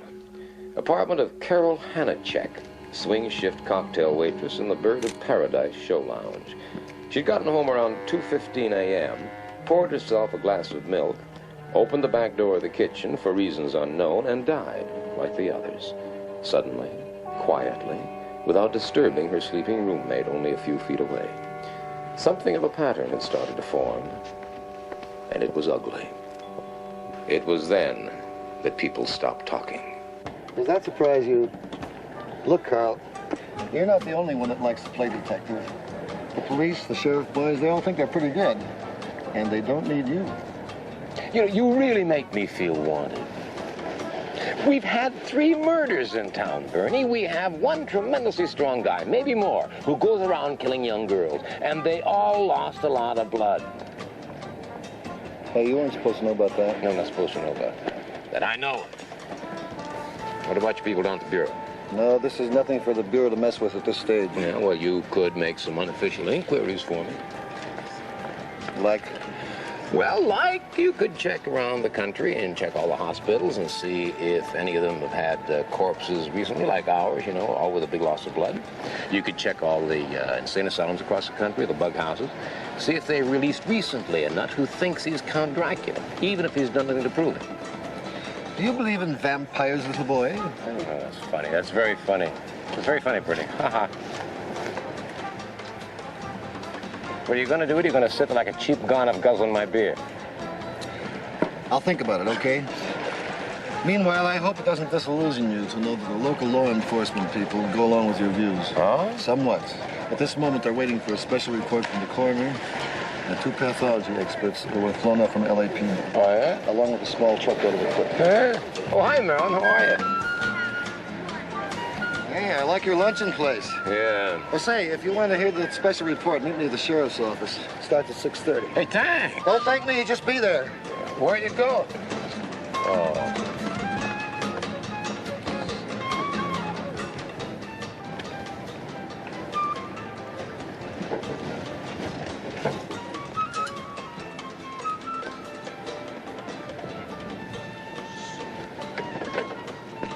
Call, Jack. Hi, Carl. I just thought you'd like to know I heard the Parkway Hospital was knocked over. Yeah, knocked over for what? Cash, drugs, equipment, what? Blood? That's right. Every container in the place. Their entire stock. What about blood type? Seems blood type and RH factor didn't much matter. John? Can't stop now. See you. Yeah, but...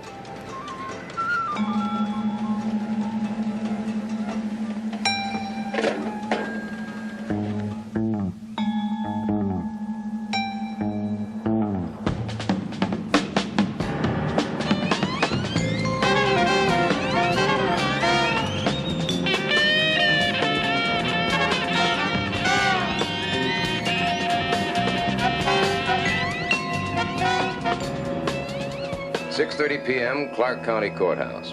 Present, in addition to myself and 2 incompetents who called themselves reporters, were Warren Butcher of the Sheriff's Office, Thomas Payne of the District Attorney's Office, Captain Edward Masterson of the Las Vegas Police Department, and old buddy Bernie Jenks, holding forth with his inimitable cool, Dr. Robert McCurgy, boy coroner.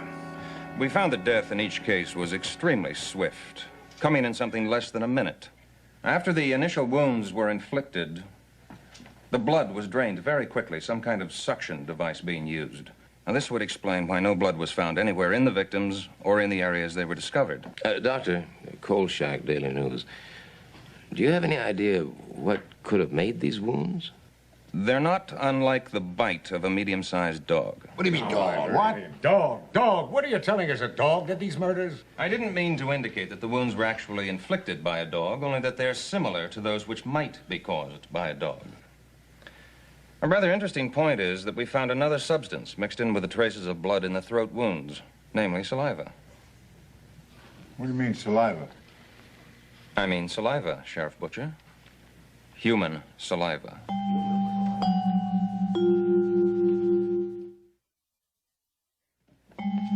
If McCurgy had suggested that the murders were committed by a giant butterfly, he couldn't have made more sparks. Now, what do you mean human? Are you suggesting that each of these women was bitten in the throat by a man? At present, the evidence points that way.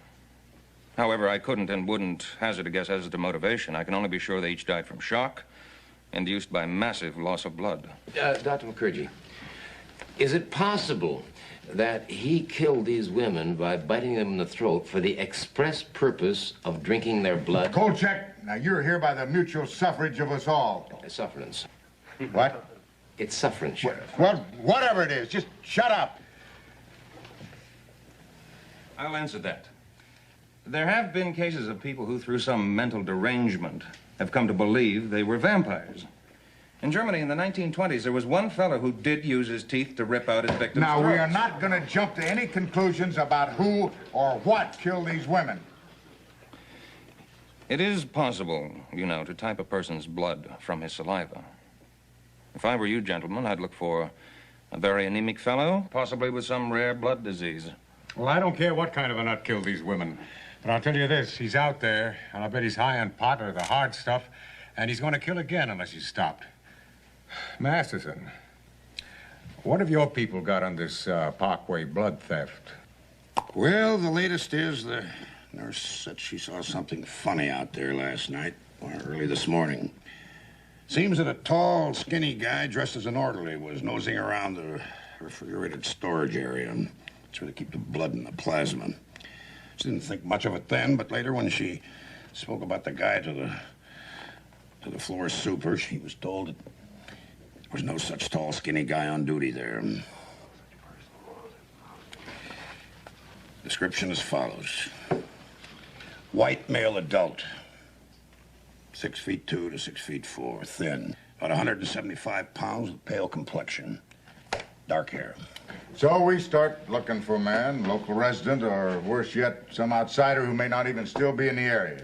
We'll check the airport, the bus terminal, railroad station, blockade the highways, and if we're lucky, we'll get him. If he's stupid enough to still be hanging around after 3 crimes. Now, you got any other suggestions? Just do it. All right, let's break this up. Thank you, Dr. Thank you, Doctor. Mr. Payne, I shouldn't be too inclined to reject Mr. Kolchak's theory out of hand if I were you. It is at best highly speculative, but not altogether unwarranted. Kolchak, you can throw away that cassette. Now, this vampire stuff is to stay right in this room. Until we have the assailant in custody, we say nothing about these women being drained of blood. There'll be no rumors, no reports in the paper. The official opinion at this time is that the cause of death is undetermined. We don't want to cause a panic. It's bad for police operations. It's bad for the people. And it's bad for business. Thank you for your cooperation. Kolchak, I want to have a talk with you. Now, boys, there's no reason to bother the doctor anymore. I have a prepared statement in my office. You can go back to the lab. Kolchak, you're becoming a real pest. I'll have to have a word or two with Vincenzo about you. You know, maybe one of the other boys at the office should handle this from here on. Keep your nose clean, son. Stay out of other people's business. It's healthier that way. Carl, will you watch what you're saying? You know these guys. You could find yourself out of a job in 86 all over town. That go for you too, Jenks? Oh, boy, who can talk to you when you get like this? Now, listen, I'll nose around unofficially for you on anything you bring me, just between the two of us. But do me a favor and stay away from me for a few days, just for friendship's sake.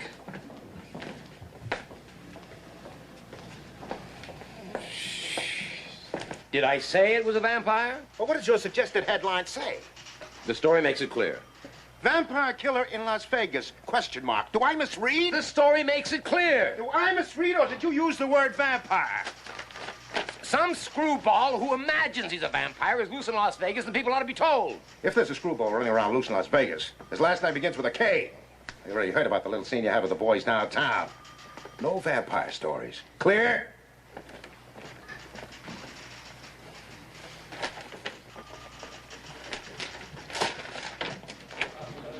How about a special featurette with a border of roses?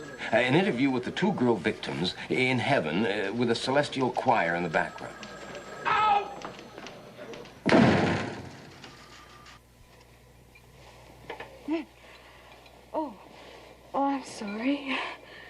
I guess I fell asleep. Yeah. What were you saying?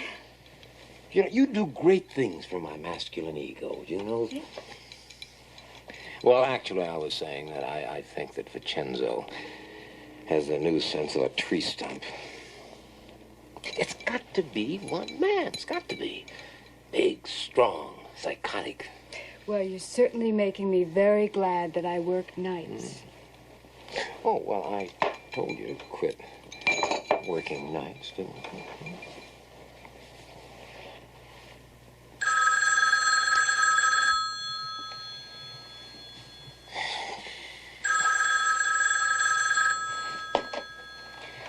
Kolchak.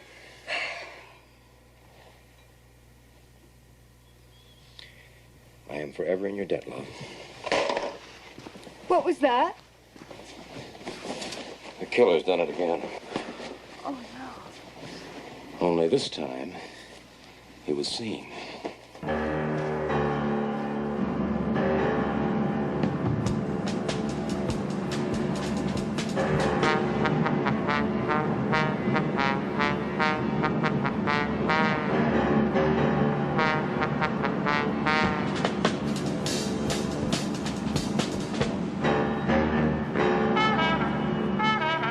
I saw him standing over there.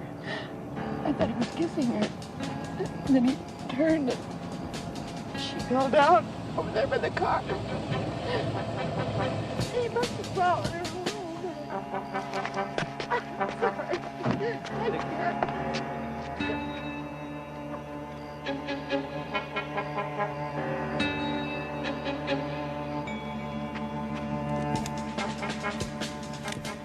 Victim number 4. Mary Brandon, showgirl, 25, 5 feet 8 inches tall, 125 luscious pounds. Less the weight of 12 pints of blood, of course. Well, looks like Bela Lugosi's struck again. Knock it off. It's her daughter. Oops. I'm all right now. Now, the car he drove away in, was it new? No. It was a few years old, I think. It was a maroon coupe. I'll call it in. Barney, may I, Yeah, but take it easy. I'm sorry, ma'am. Kolchak, the Daily News. That was your daughter? My best contact in Las Vegas has always been Helen O'Brien, chief switchboard operator at the county courthouse. Hello, adorable. You're a sadist. Well, I could take it back. Over my dead, plump body. Listen, you magnificent morsel. The DMV is checking on the suspect's car. Now, you couldn't help me in that area, could you? Of course not. Bribed again. Kolchak? No, Bertie. Come on. How'd you like to see the killer's face?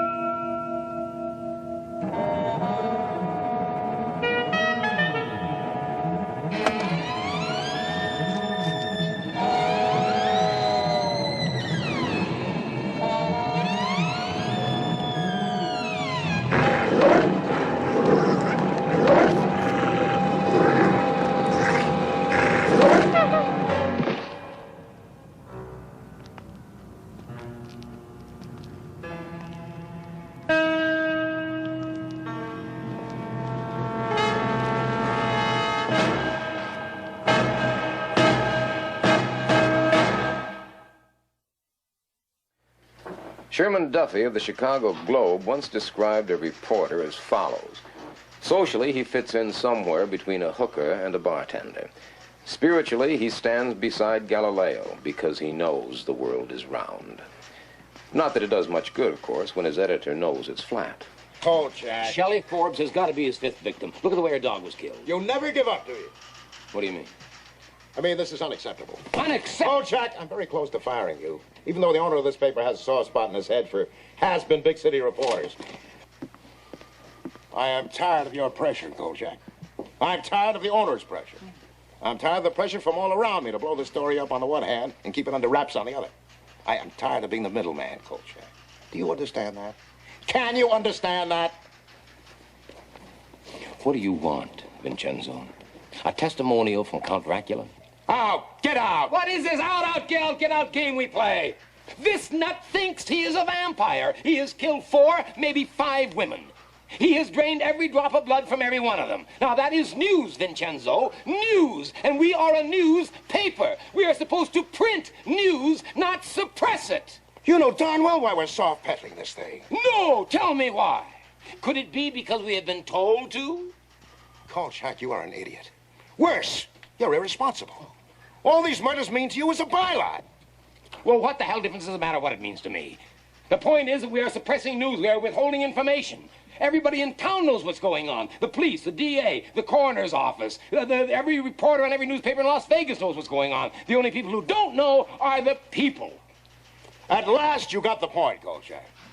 The people in Las Vegas don't know. Because the people in Las Vegas would come unglued if they did know. Even more than they're coming unglued already. Capiche? Tuesday, May 25th, 7:30 p.m. Helen O'Brien had told me that the DMV had come up with 16 possibles. All but one had been eliminated. The car owner's name, Martin Lubin. Address on Spring Mountain Road. Name and address, both phony. Name of salesman who sold car, Fred Hurley. So I sets him a price. He don't say nothing. He just stands there looking at me. All right, now, how'd you find out about this, Kolchak? Well, a fat little bird told me about it. Now, Don't you stop just on my account. keep your mouth shut. Yes, sir. Okay. Well, like I said, he just stands there looking at me. Then he tells me the price is too high. $300 too high. And he keeps staring at me as if daring me to tell him the price is $1,200. Is this fella? Now, stop doing our job for us, Kolchak. That's already been established. Yeah, well, you see, I told him only he had a mustache. Mustache? Yeah. Did you sell him the car? Well, I started to say no. But something inside tells me, don't mess with this guy. I mean, he's a creep. With them red eyes and that voice, he's enough to keep a guy from working nights. All my life I've waited for a story like this. All my life. When it finally comes, I can't get it printed.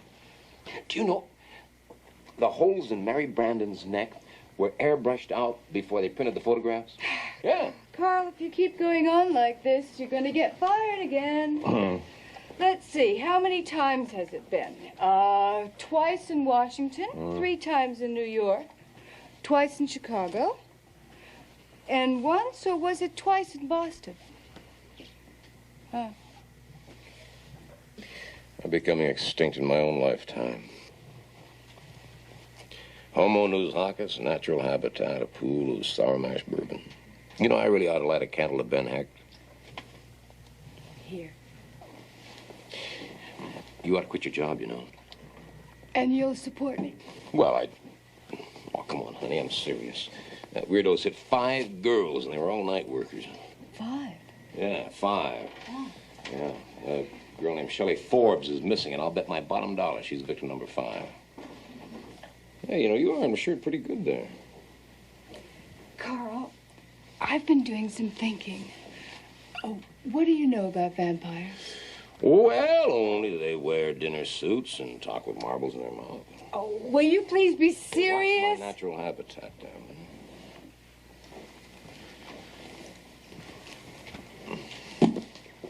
Open it. Everything you always want to know about vampires, but we're afraid to ask. No, you're going to look at it. Come on, why? Well, what if the killer's a real vampire? Oh, honey, please. I've had a very He's done long everything week. that's in this book. Whoopee. You're going to read it. Yes, all right. I'm going to read it. Huh? Ooh. Oh, now, come on. You're a big, tough reporter. You can take it. You might even get a good feature article out of it. That's it. Ah. Since the beginning of man's existence, there have been creatures of the night, crazed monsters that track the bloody prints through the pages of fact and fiction. Of them all, the vampire seems to have accumulated the largest body of documentation. By night, the vampire is virtually indestructible, fearing only the sign of the cross. Before daybreak, he must return to his coffin, otherwise he will be destroyed by the purifying rays of the sun. It is then, while he lies dormant, he can be destroyed by hammering a wooden stake through his heart. According to the legend, the victim of the vampire will ultimately rise again as the living dead and must be destroyed in a similar manner. From any source available, the vampire must have blood.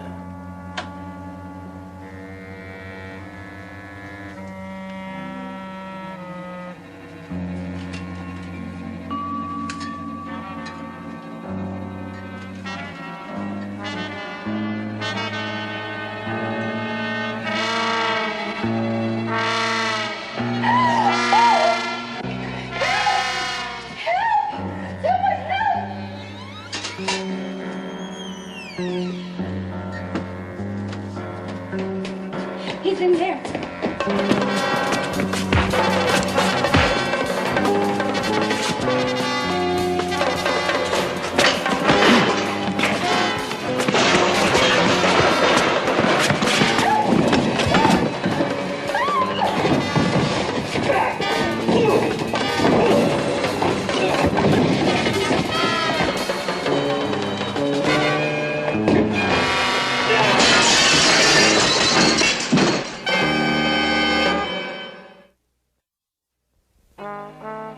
I was doing double duty as night editor when the PD squawk box went crazy about a wild brawl at the old town hospital.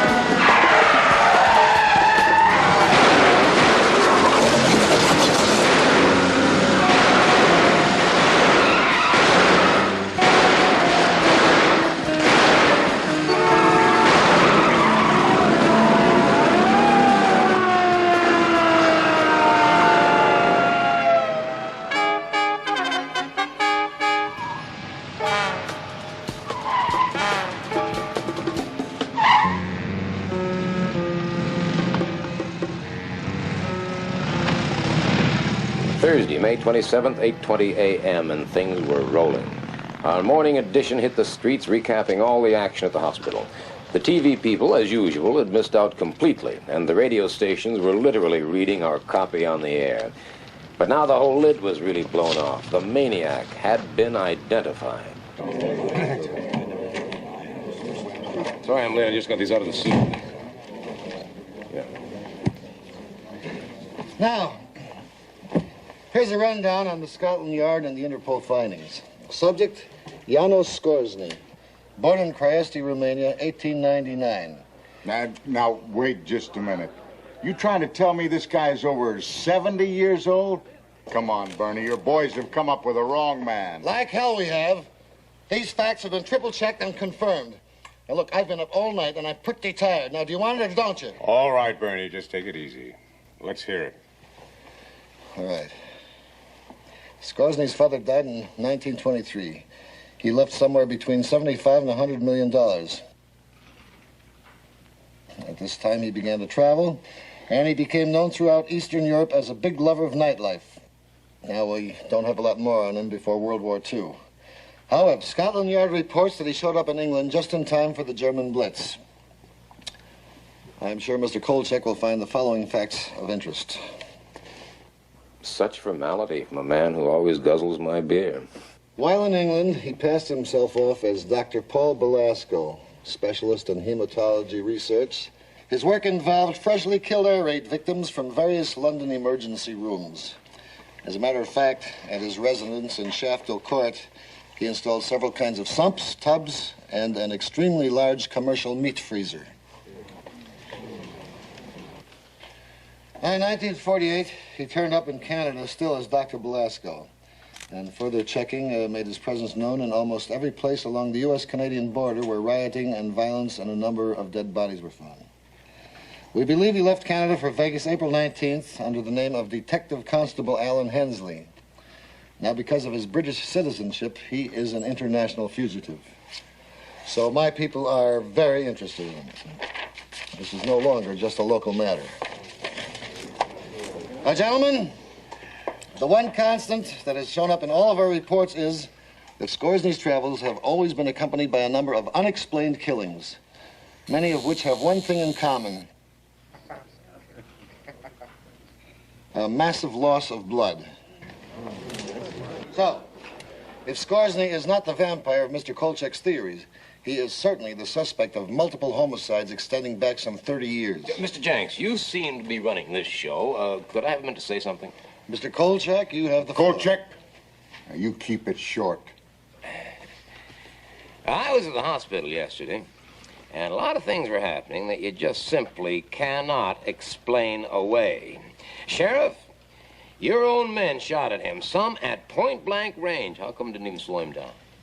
How come a man over 70 years old can outrun a police car? How come this same man, when slugged in the head, doesn't even bleed? Now, I saw those gashes in his head, and whatever was trickling down from those wounds, it was clear. It was this not guy's blood. got a motor mouth. Can't we shut him up? No, let him hang himself. Then we'll finally be rid of him. So far, he has killed 4, probably 5 women. Now, the coroner said that those bite marks on the throat were made by human teeth. He practically confirmed the fact that he actually drank their blood. Now, wait. Now, whatever the Scoresby may be, he seemed to be functioning as if he were a vampire. Now, you can go on operating as if he were an ordinary man. That's up to you. But I know that the only way you're going to get him is if you proceed under the assumption that he's a real live vampire. Now, the research that I've been able to find... Wait a minute, Kolchak, have you lost your mind? Can you imagine the total blind panic this town would be in if the public were told we were actually looking for a vampire?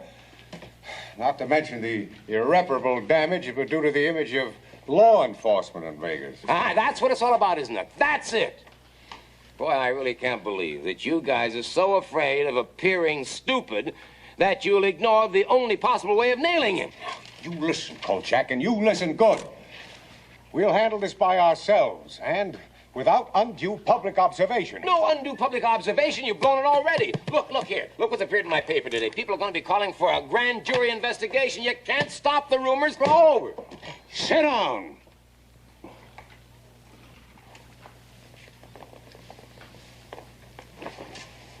I don't care what's been printed in the newspapers. This man is still classified as an ordinary maniac, and he'll be settled by standard police procedures. Oh, boy. And you better start cooperating with that fact, Kolchak, or you want to get your pushy-tushy kicked right out of town. You dig? Yes, sir, I dig. But just remember, the next time you blow it, who's got the answers, sir? All right, Ed. Let's get on with it. What have you got? Oh, 2 departments combined of 650 men on full-time duty. All leaves are canceled and everyone's working a 16-hour day. Our chopper is going from dusk to dawn. We've got unmarked cars patrolling the casino center and the strip. All roads are blocked and we're receiving complete cooperation from the highway patrol and the Jeep posse. You got it? Got it. Repeat. What did I say? Show every real estate agent in town a picture of this guy's puss and ask them if they sold a house to anybody that looks like him. Good boy, you got it. Now get going. Now, wait a minute. When did I lose this last dollar? Mickey, has the idea of winning ever occurred to you?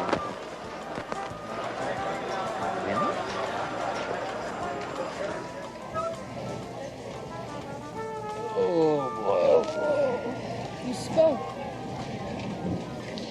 You know, I have a very strange, unhappy feeling that the police are never going to catch his murderer. I also have another very unhappy feeling. Which is? That this case may be even bigger than I thought it was. Bigger? Well, stranger than. I've seen a lot of weird things in my life, love. I have never, ever seen anything like this. You don't tell me that you're finally going to believe? I don't even want to think about it. Car 14, check out the report of the two ladies downtown Casino Drive. Code 1033, code 1033, all units, all units. Janos Skorzeny, spotted in 1969. Green unpaneled station wagon. Intersection OK and Hustles. ID confirmed.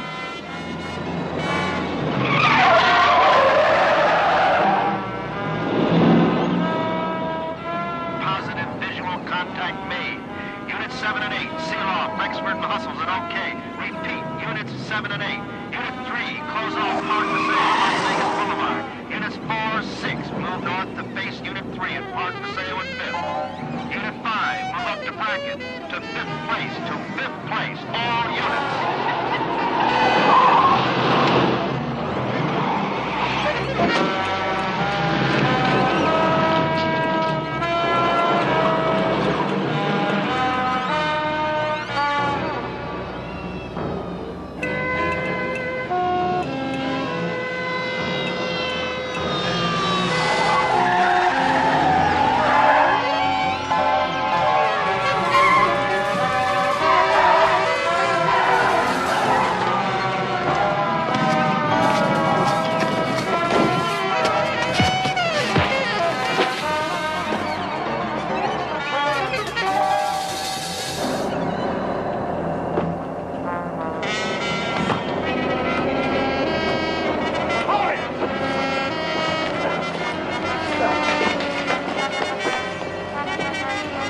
Get up. Slowly.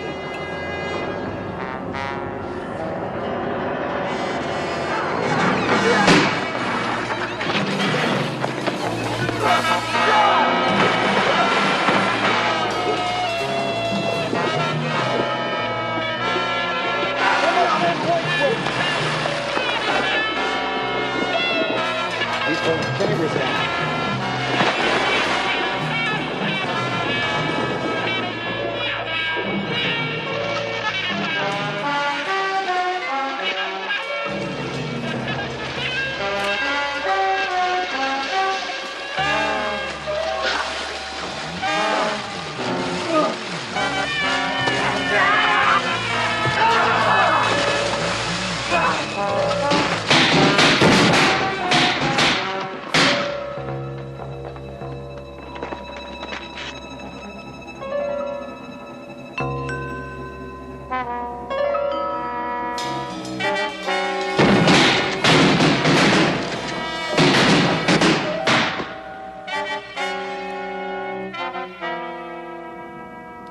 Friday, May 28, 3:17 a.m. Despite the helicopters, the highway patrol, the Jeep posse, despite the blocking of every major road and highway, despite the mass coverage of Las Vegas by every available man in both police and sheriff departments, Janos Skorzeny was still at large.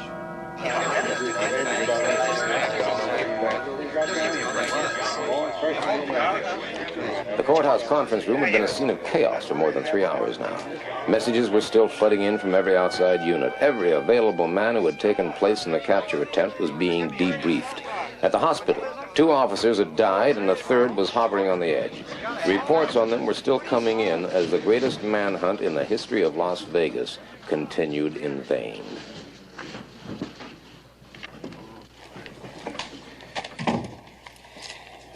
Oh, thanks, Bernie. Yeah.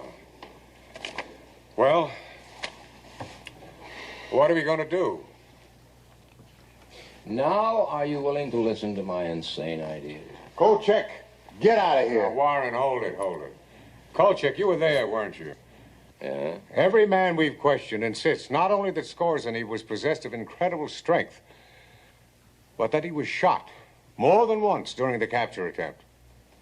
Oh, I'd say 30, 40 times. I'm sorry, I'm not buying that. Captain, you had two choices. Either he was shot, or your entire police department is blind. Ed, let's admit it. We had the man, had him cornered, and we couldn't hold him. Let Kolchak have his say.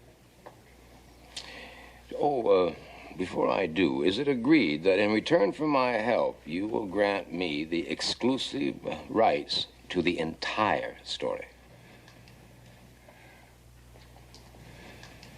Well, let's say it's agreeable if we decide to follow your suggestions regarding the suspect. Fine, fine, because if you don't follow my suggestions, you're going to be chasing your suspect till doomsday.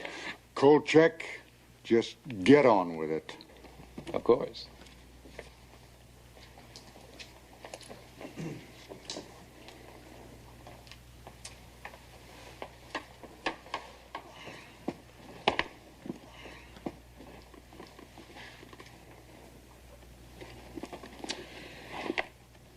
Each man in the field is to be issued one of these, to be carried in his pocket. This gentleman... Where'd you get that? Well, I have a friend who's got a furniture repair store. I woke him up and had him make it. Each man in the field is to be issued one of these and one of these. Are you suggesting that we pound one of these into Skorzeny's chest? No, into his heart. There's a legal phrase for that, Kolchak. You might have run into it once or twice in your broad experience. It's called premeditated murder. It's the only way you're going to stop him. You heard your own men. Can they all be wrong? Oh, you can stop your nighttime chases from now on, too, gentlemen. The only hope you have is to spot Skorzeny and then track him back to where he lives and wait until sunrise before finishing him off. He's only vulnerable during the day. At night, he's much too strong. Yes, gentlemen, I hate to say this, but it looks as if we have a real live vampire on our hands.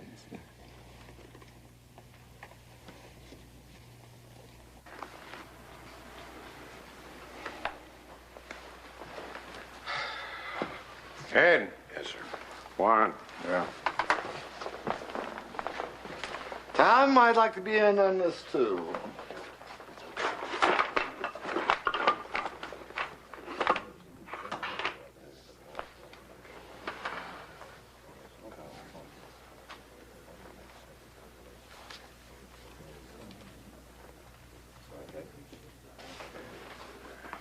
Okay, Kolchak, you've got yourself a deal. Conditional. What's that? Butcher here will issue the crosses, the mallets, the stakes. The one thing he won't do is depart from established police procedures. If feasible, Skorzeny is to be taken alive and held for trial. Trial? That's right, trial. Trial. All right. In return for what? You will get the exclusive rights of the story. Good. When the blackout is lifted. Yeah. Any other conditions? One more. What's that? If it turns out you're wrong, you're to be out of town in 12 hours. Take it or leave it.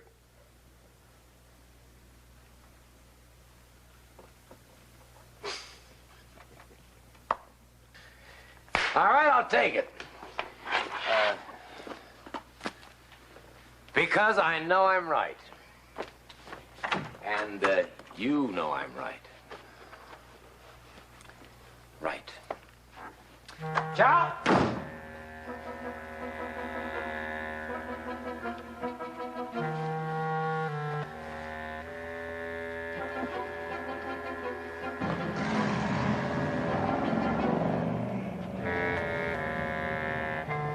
I'll take Manhattan, the Bronx and Staten Island, too. Watch out, you great big wonderful Big Apple. Kolchak's coming back. Yeah! There's the Manhattans coming here. Wait till I get to the land.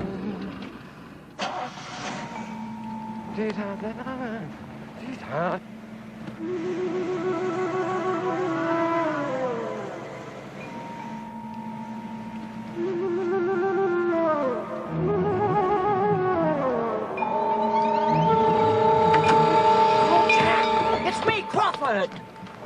What are you doing driving off with me in the back seat? What are you doing in my back seat? I wanted to talk to you. I saw your car parked here, so I got in to wait for you, and I got sleepy. You got sleepy. Hey, I think I found the house.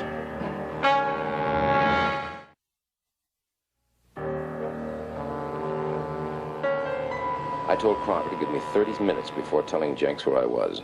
That way I could get to see the house alone for a while and also keep the police from arriving before dawn, which I knew they'd do if they got the chance, no matter what I told them.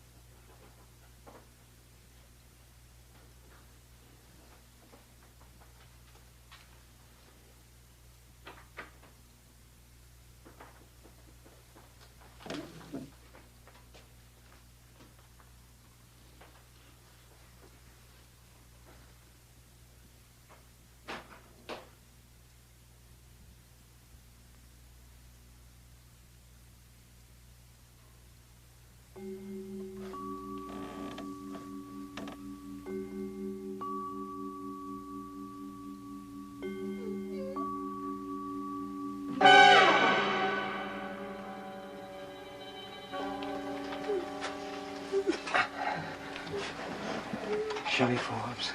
Shh, shh, shh, relax, son. His own private blood bank. Wow.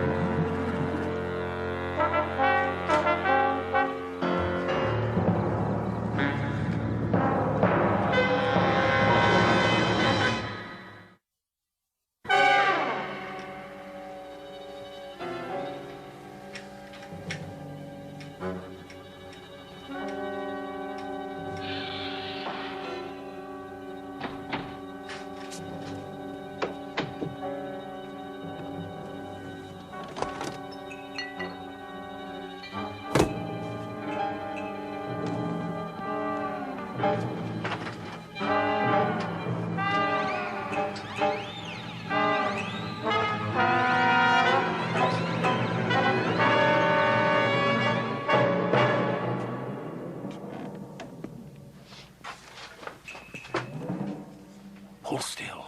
It won't stick.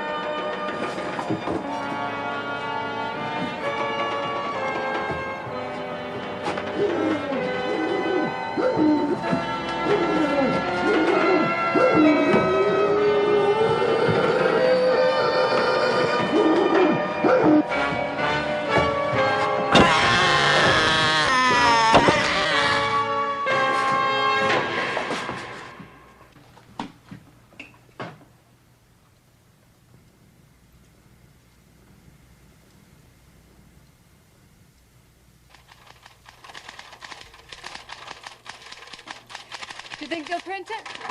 I know they will. We've got an agreement. Hey, you look kind of tired. Do you want me to drive you to the office? Go on, hush about it. Yeah, but I want to finish this in time for the special edition. Hey, why don't you stop working nights Oh, Carl, not that again. and marry me? Yeah, well, you're a good cooker and a good kisser. Why not? Oh, baby, you're gonna love New York City. Honey, after this story hits the news services with my byline on it... Us married? Yes, us married! Don't look now, baby. But Kolchak's coming back in style.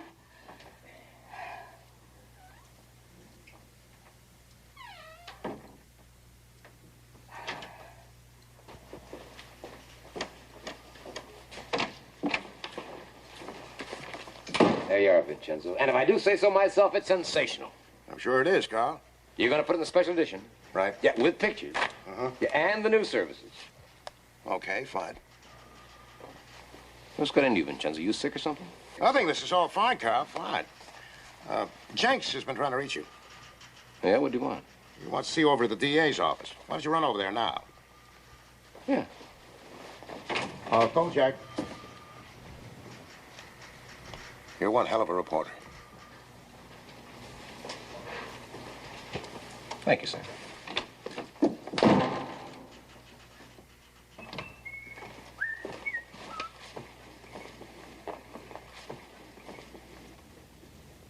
And a bright good morning to all of you.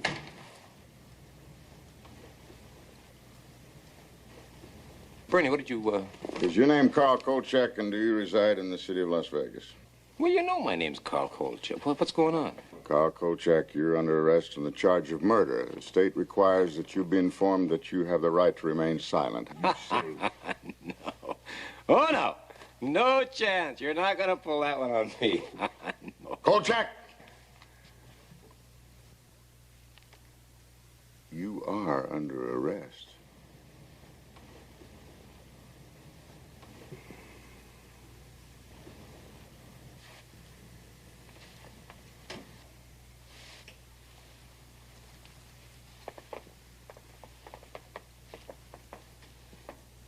All right, Payne, just what kind of a dirty deal is this?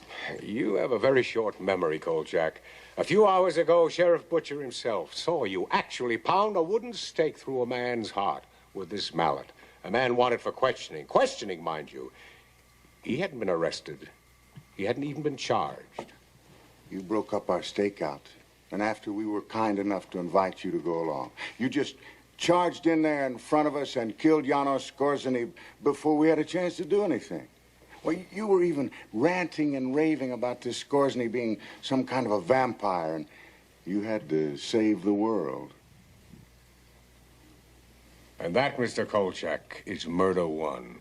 Now, if you plead insanity, you might get lucky, but I promise you this. You'll be committed to an asylum for the rest of your life.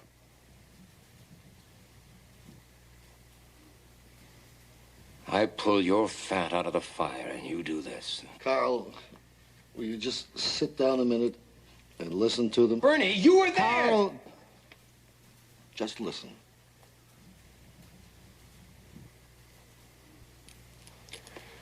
This is your story, Kolchak. It's already being printed. This morning, shortly before sunrise, Las Vegas sheriff deputies under the command of Sheriff Warren A. Butcher, 45, surrounded the home of Janos Skorzeny, a fugitive from a federal warrant, and in a pitch-gun battle were forced to kill him. Never. You'll never get away with it. What's to stop me? You're gonna stop yourself, Kolchak. Because if you open your mouth, we'll find you, bring you back, use this warrant, and put you away forever.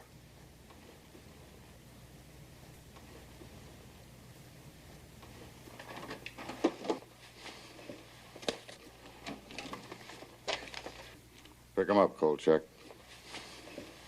Pick him up and get out of town. Now, we'll take care of your back rent. I want to call Gail. She's not there, Carl. What have you done with her? Nothing. We just asked the young lady if she'd be good enough to leave town. She's an undesirable element, Kolchak, and we don't want undesirable elements in Las Vegas.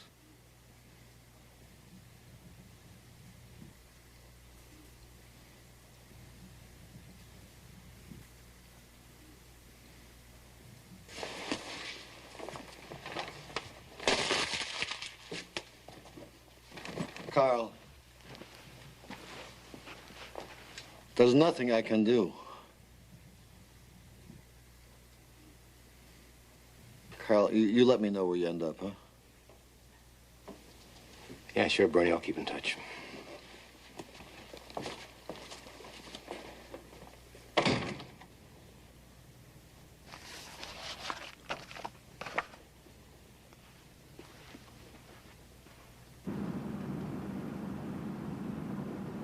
So all the loose ends had been gathered together and tied into a pretty knot right around the neck of guess who.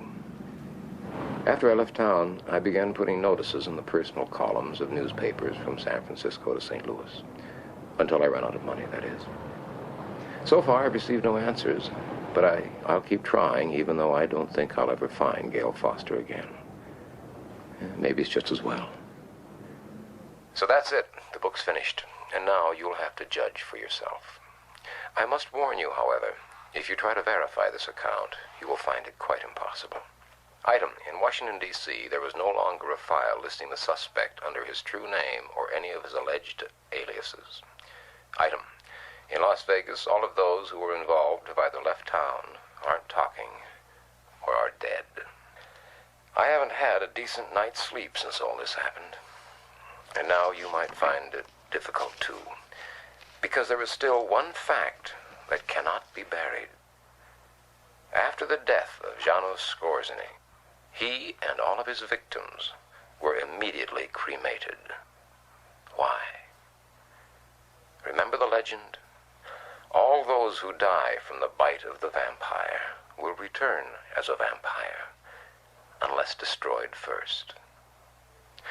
So think about it and try to tell yourself, wherever you may be, in the quiet of your home, in the safety of your bed, try to tell yourself, it couldn't happen here.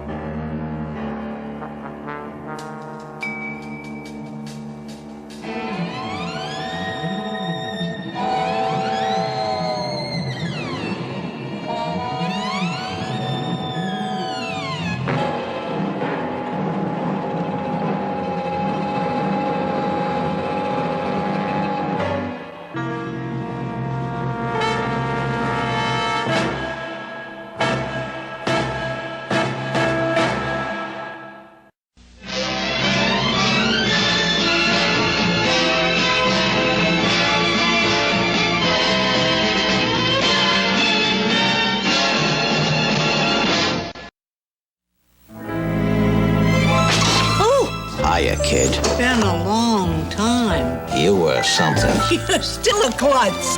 You're still using Bounty. Bounty's the quicker picker-upper. Here's looking at you, kid. Velveeta versus butter. Watch. Which melts better? Velveeta was just made to melt. Velveeta versus cheddar. See how much more smoothly, more evenly Velveeta melts. Never separates or gets oily. Try it yourself. Velveeta versus a Snoop. Which melts better, more smoothly, more easily? Velveeta. Velveeta really cooks.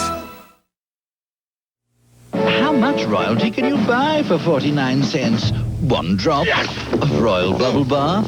Or King Ralph's Royal Deal at Burger King. Buy any size fries and a soft drink and get a double cheeseburger for 49 cents. 2 killer comedies and a thriller Columbo Wednesday, first at a special time. Your own girlfriend gives you the green light and you got access to a bevy of beauties? This won't be a date. Not a date. More like a carpool. Dookie has her empty, and Carol gets a dose of the real world on growing pains. Then, this case is now murder, right? Right. George Hamilton stars with Peter Falk in a Columbo movie special. Caution, murder can be hazardous to your health. Doogie Howser at a special time, Growing Pains, and all new Columbo. It's a killer thriller Wednesday. It's the best of the blockbusters coming at you on video cassette. Die Hard 2 delivers white-knuckle action. It's the thrill machine of the summer. Is what you expected? This is just the beginning. When it comes to adventure, the sky's the limit. Die Harder on video cassette. Bruce Willis, Die Hard 2. Hate it, but I'm right. Rated R from CBS Fox Video. Now available at Castle Video. Hey, I hope you dug The Night Stalker. Because it was The Night Stalker, and then it became The Night Strangler TV movie, and then we got the TV series. TV series was really cool because it had a lot of big actors at the time, and also is the beginning of Robert Zemeckis and Bob Gale's collaboration. They did a Headless Rider episode, and you can see that it was one of the better episodes, and it still holds up. It holds up for me. I mean, don't get me wrong, this is 1974 and 75, so it is very dated, but I love this series. I will love it till I die.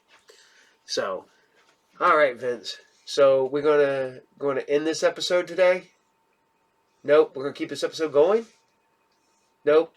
Well, is it time to talk about records? We're going to talk about Clutch. We're going to talk about Clutch? Nope, he doesn't want to talk about Clutch. Although Clutch is one of his favorite bands. All right.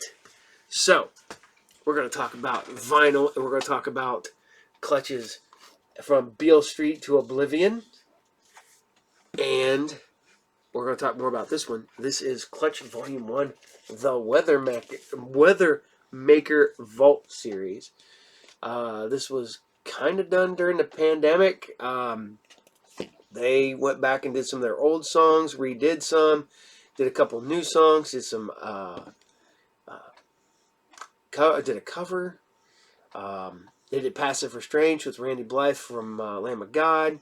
They did Electric Worry. They did Run John Barleycorn, Run Evil. Fortunate Son. They do a copy of Fortunate Son, which might be my favorite version of Fortunate Son. They redo Supergrass and, of course, Willie Nelson. This was a really cool buy. This sounds great. It is on your basic black vinyl. I hate to say this one. This one is still sealed because I picked this one up at a concert a while back, and I do have it on DVD or CD, and I just haven't opened it yet, and I don't know why. But Clutch, killer concert. If you ever get a chance to go see Clutch live, go see it. If you like rock music, you like metal, they're great. So, all right. I want to say thank you to everybody. We're keeping Scifridays going. We'll take a break here and there because Scifridays is I don't know, the cousin to Saturday Morning Serials, even though he's half brother to Saturday Morning Serials, because he doesn't get as much love. Even though I like doing it, you guys are out here, but you know what? We'll keep it going. And on that note, I want to say thank you to everybody for watching.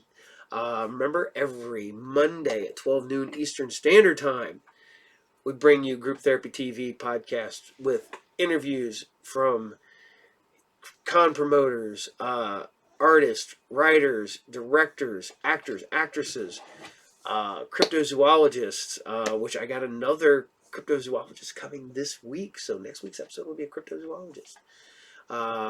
We have some performers. We have all kinds of people from all over to bring to you, to entertain you, my fans. And you're watching Scifridays right now. And then the monster that is Saturday Morning Serials. Tomorrow's episode will be an experiment. I'm trying something. I'm putting something there at the end. I'm giving you guys a heads up now. Trying. Gonna go for it. And so every 8 o'clock, every Saturday morning, 8 o'clock. And we're still on the Monster Channel, so you can watch us twice. You can watch Saturday Morning Serials at the exact same time on 2 separate computers, TVs, phones, however you communicate. You can watch it. And you guys are going back and watching old episodes. Thank you. So I'm going to let you guys go for today. I had a blast hanging out with you guys today. So I want you all to take care. I'll see you all there. And Captain out. Bye.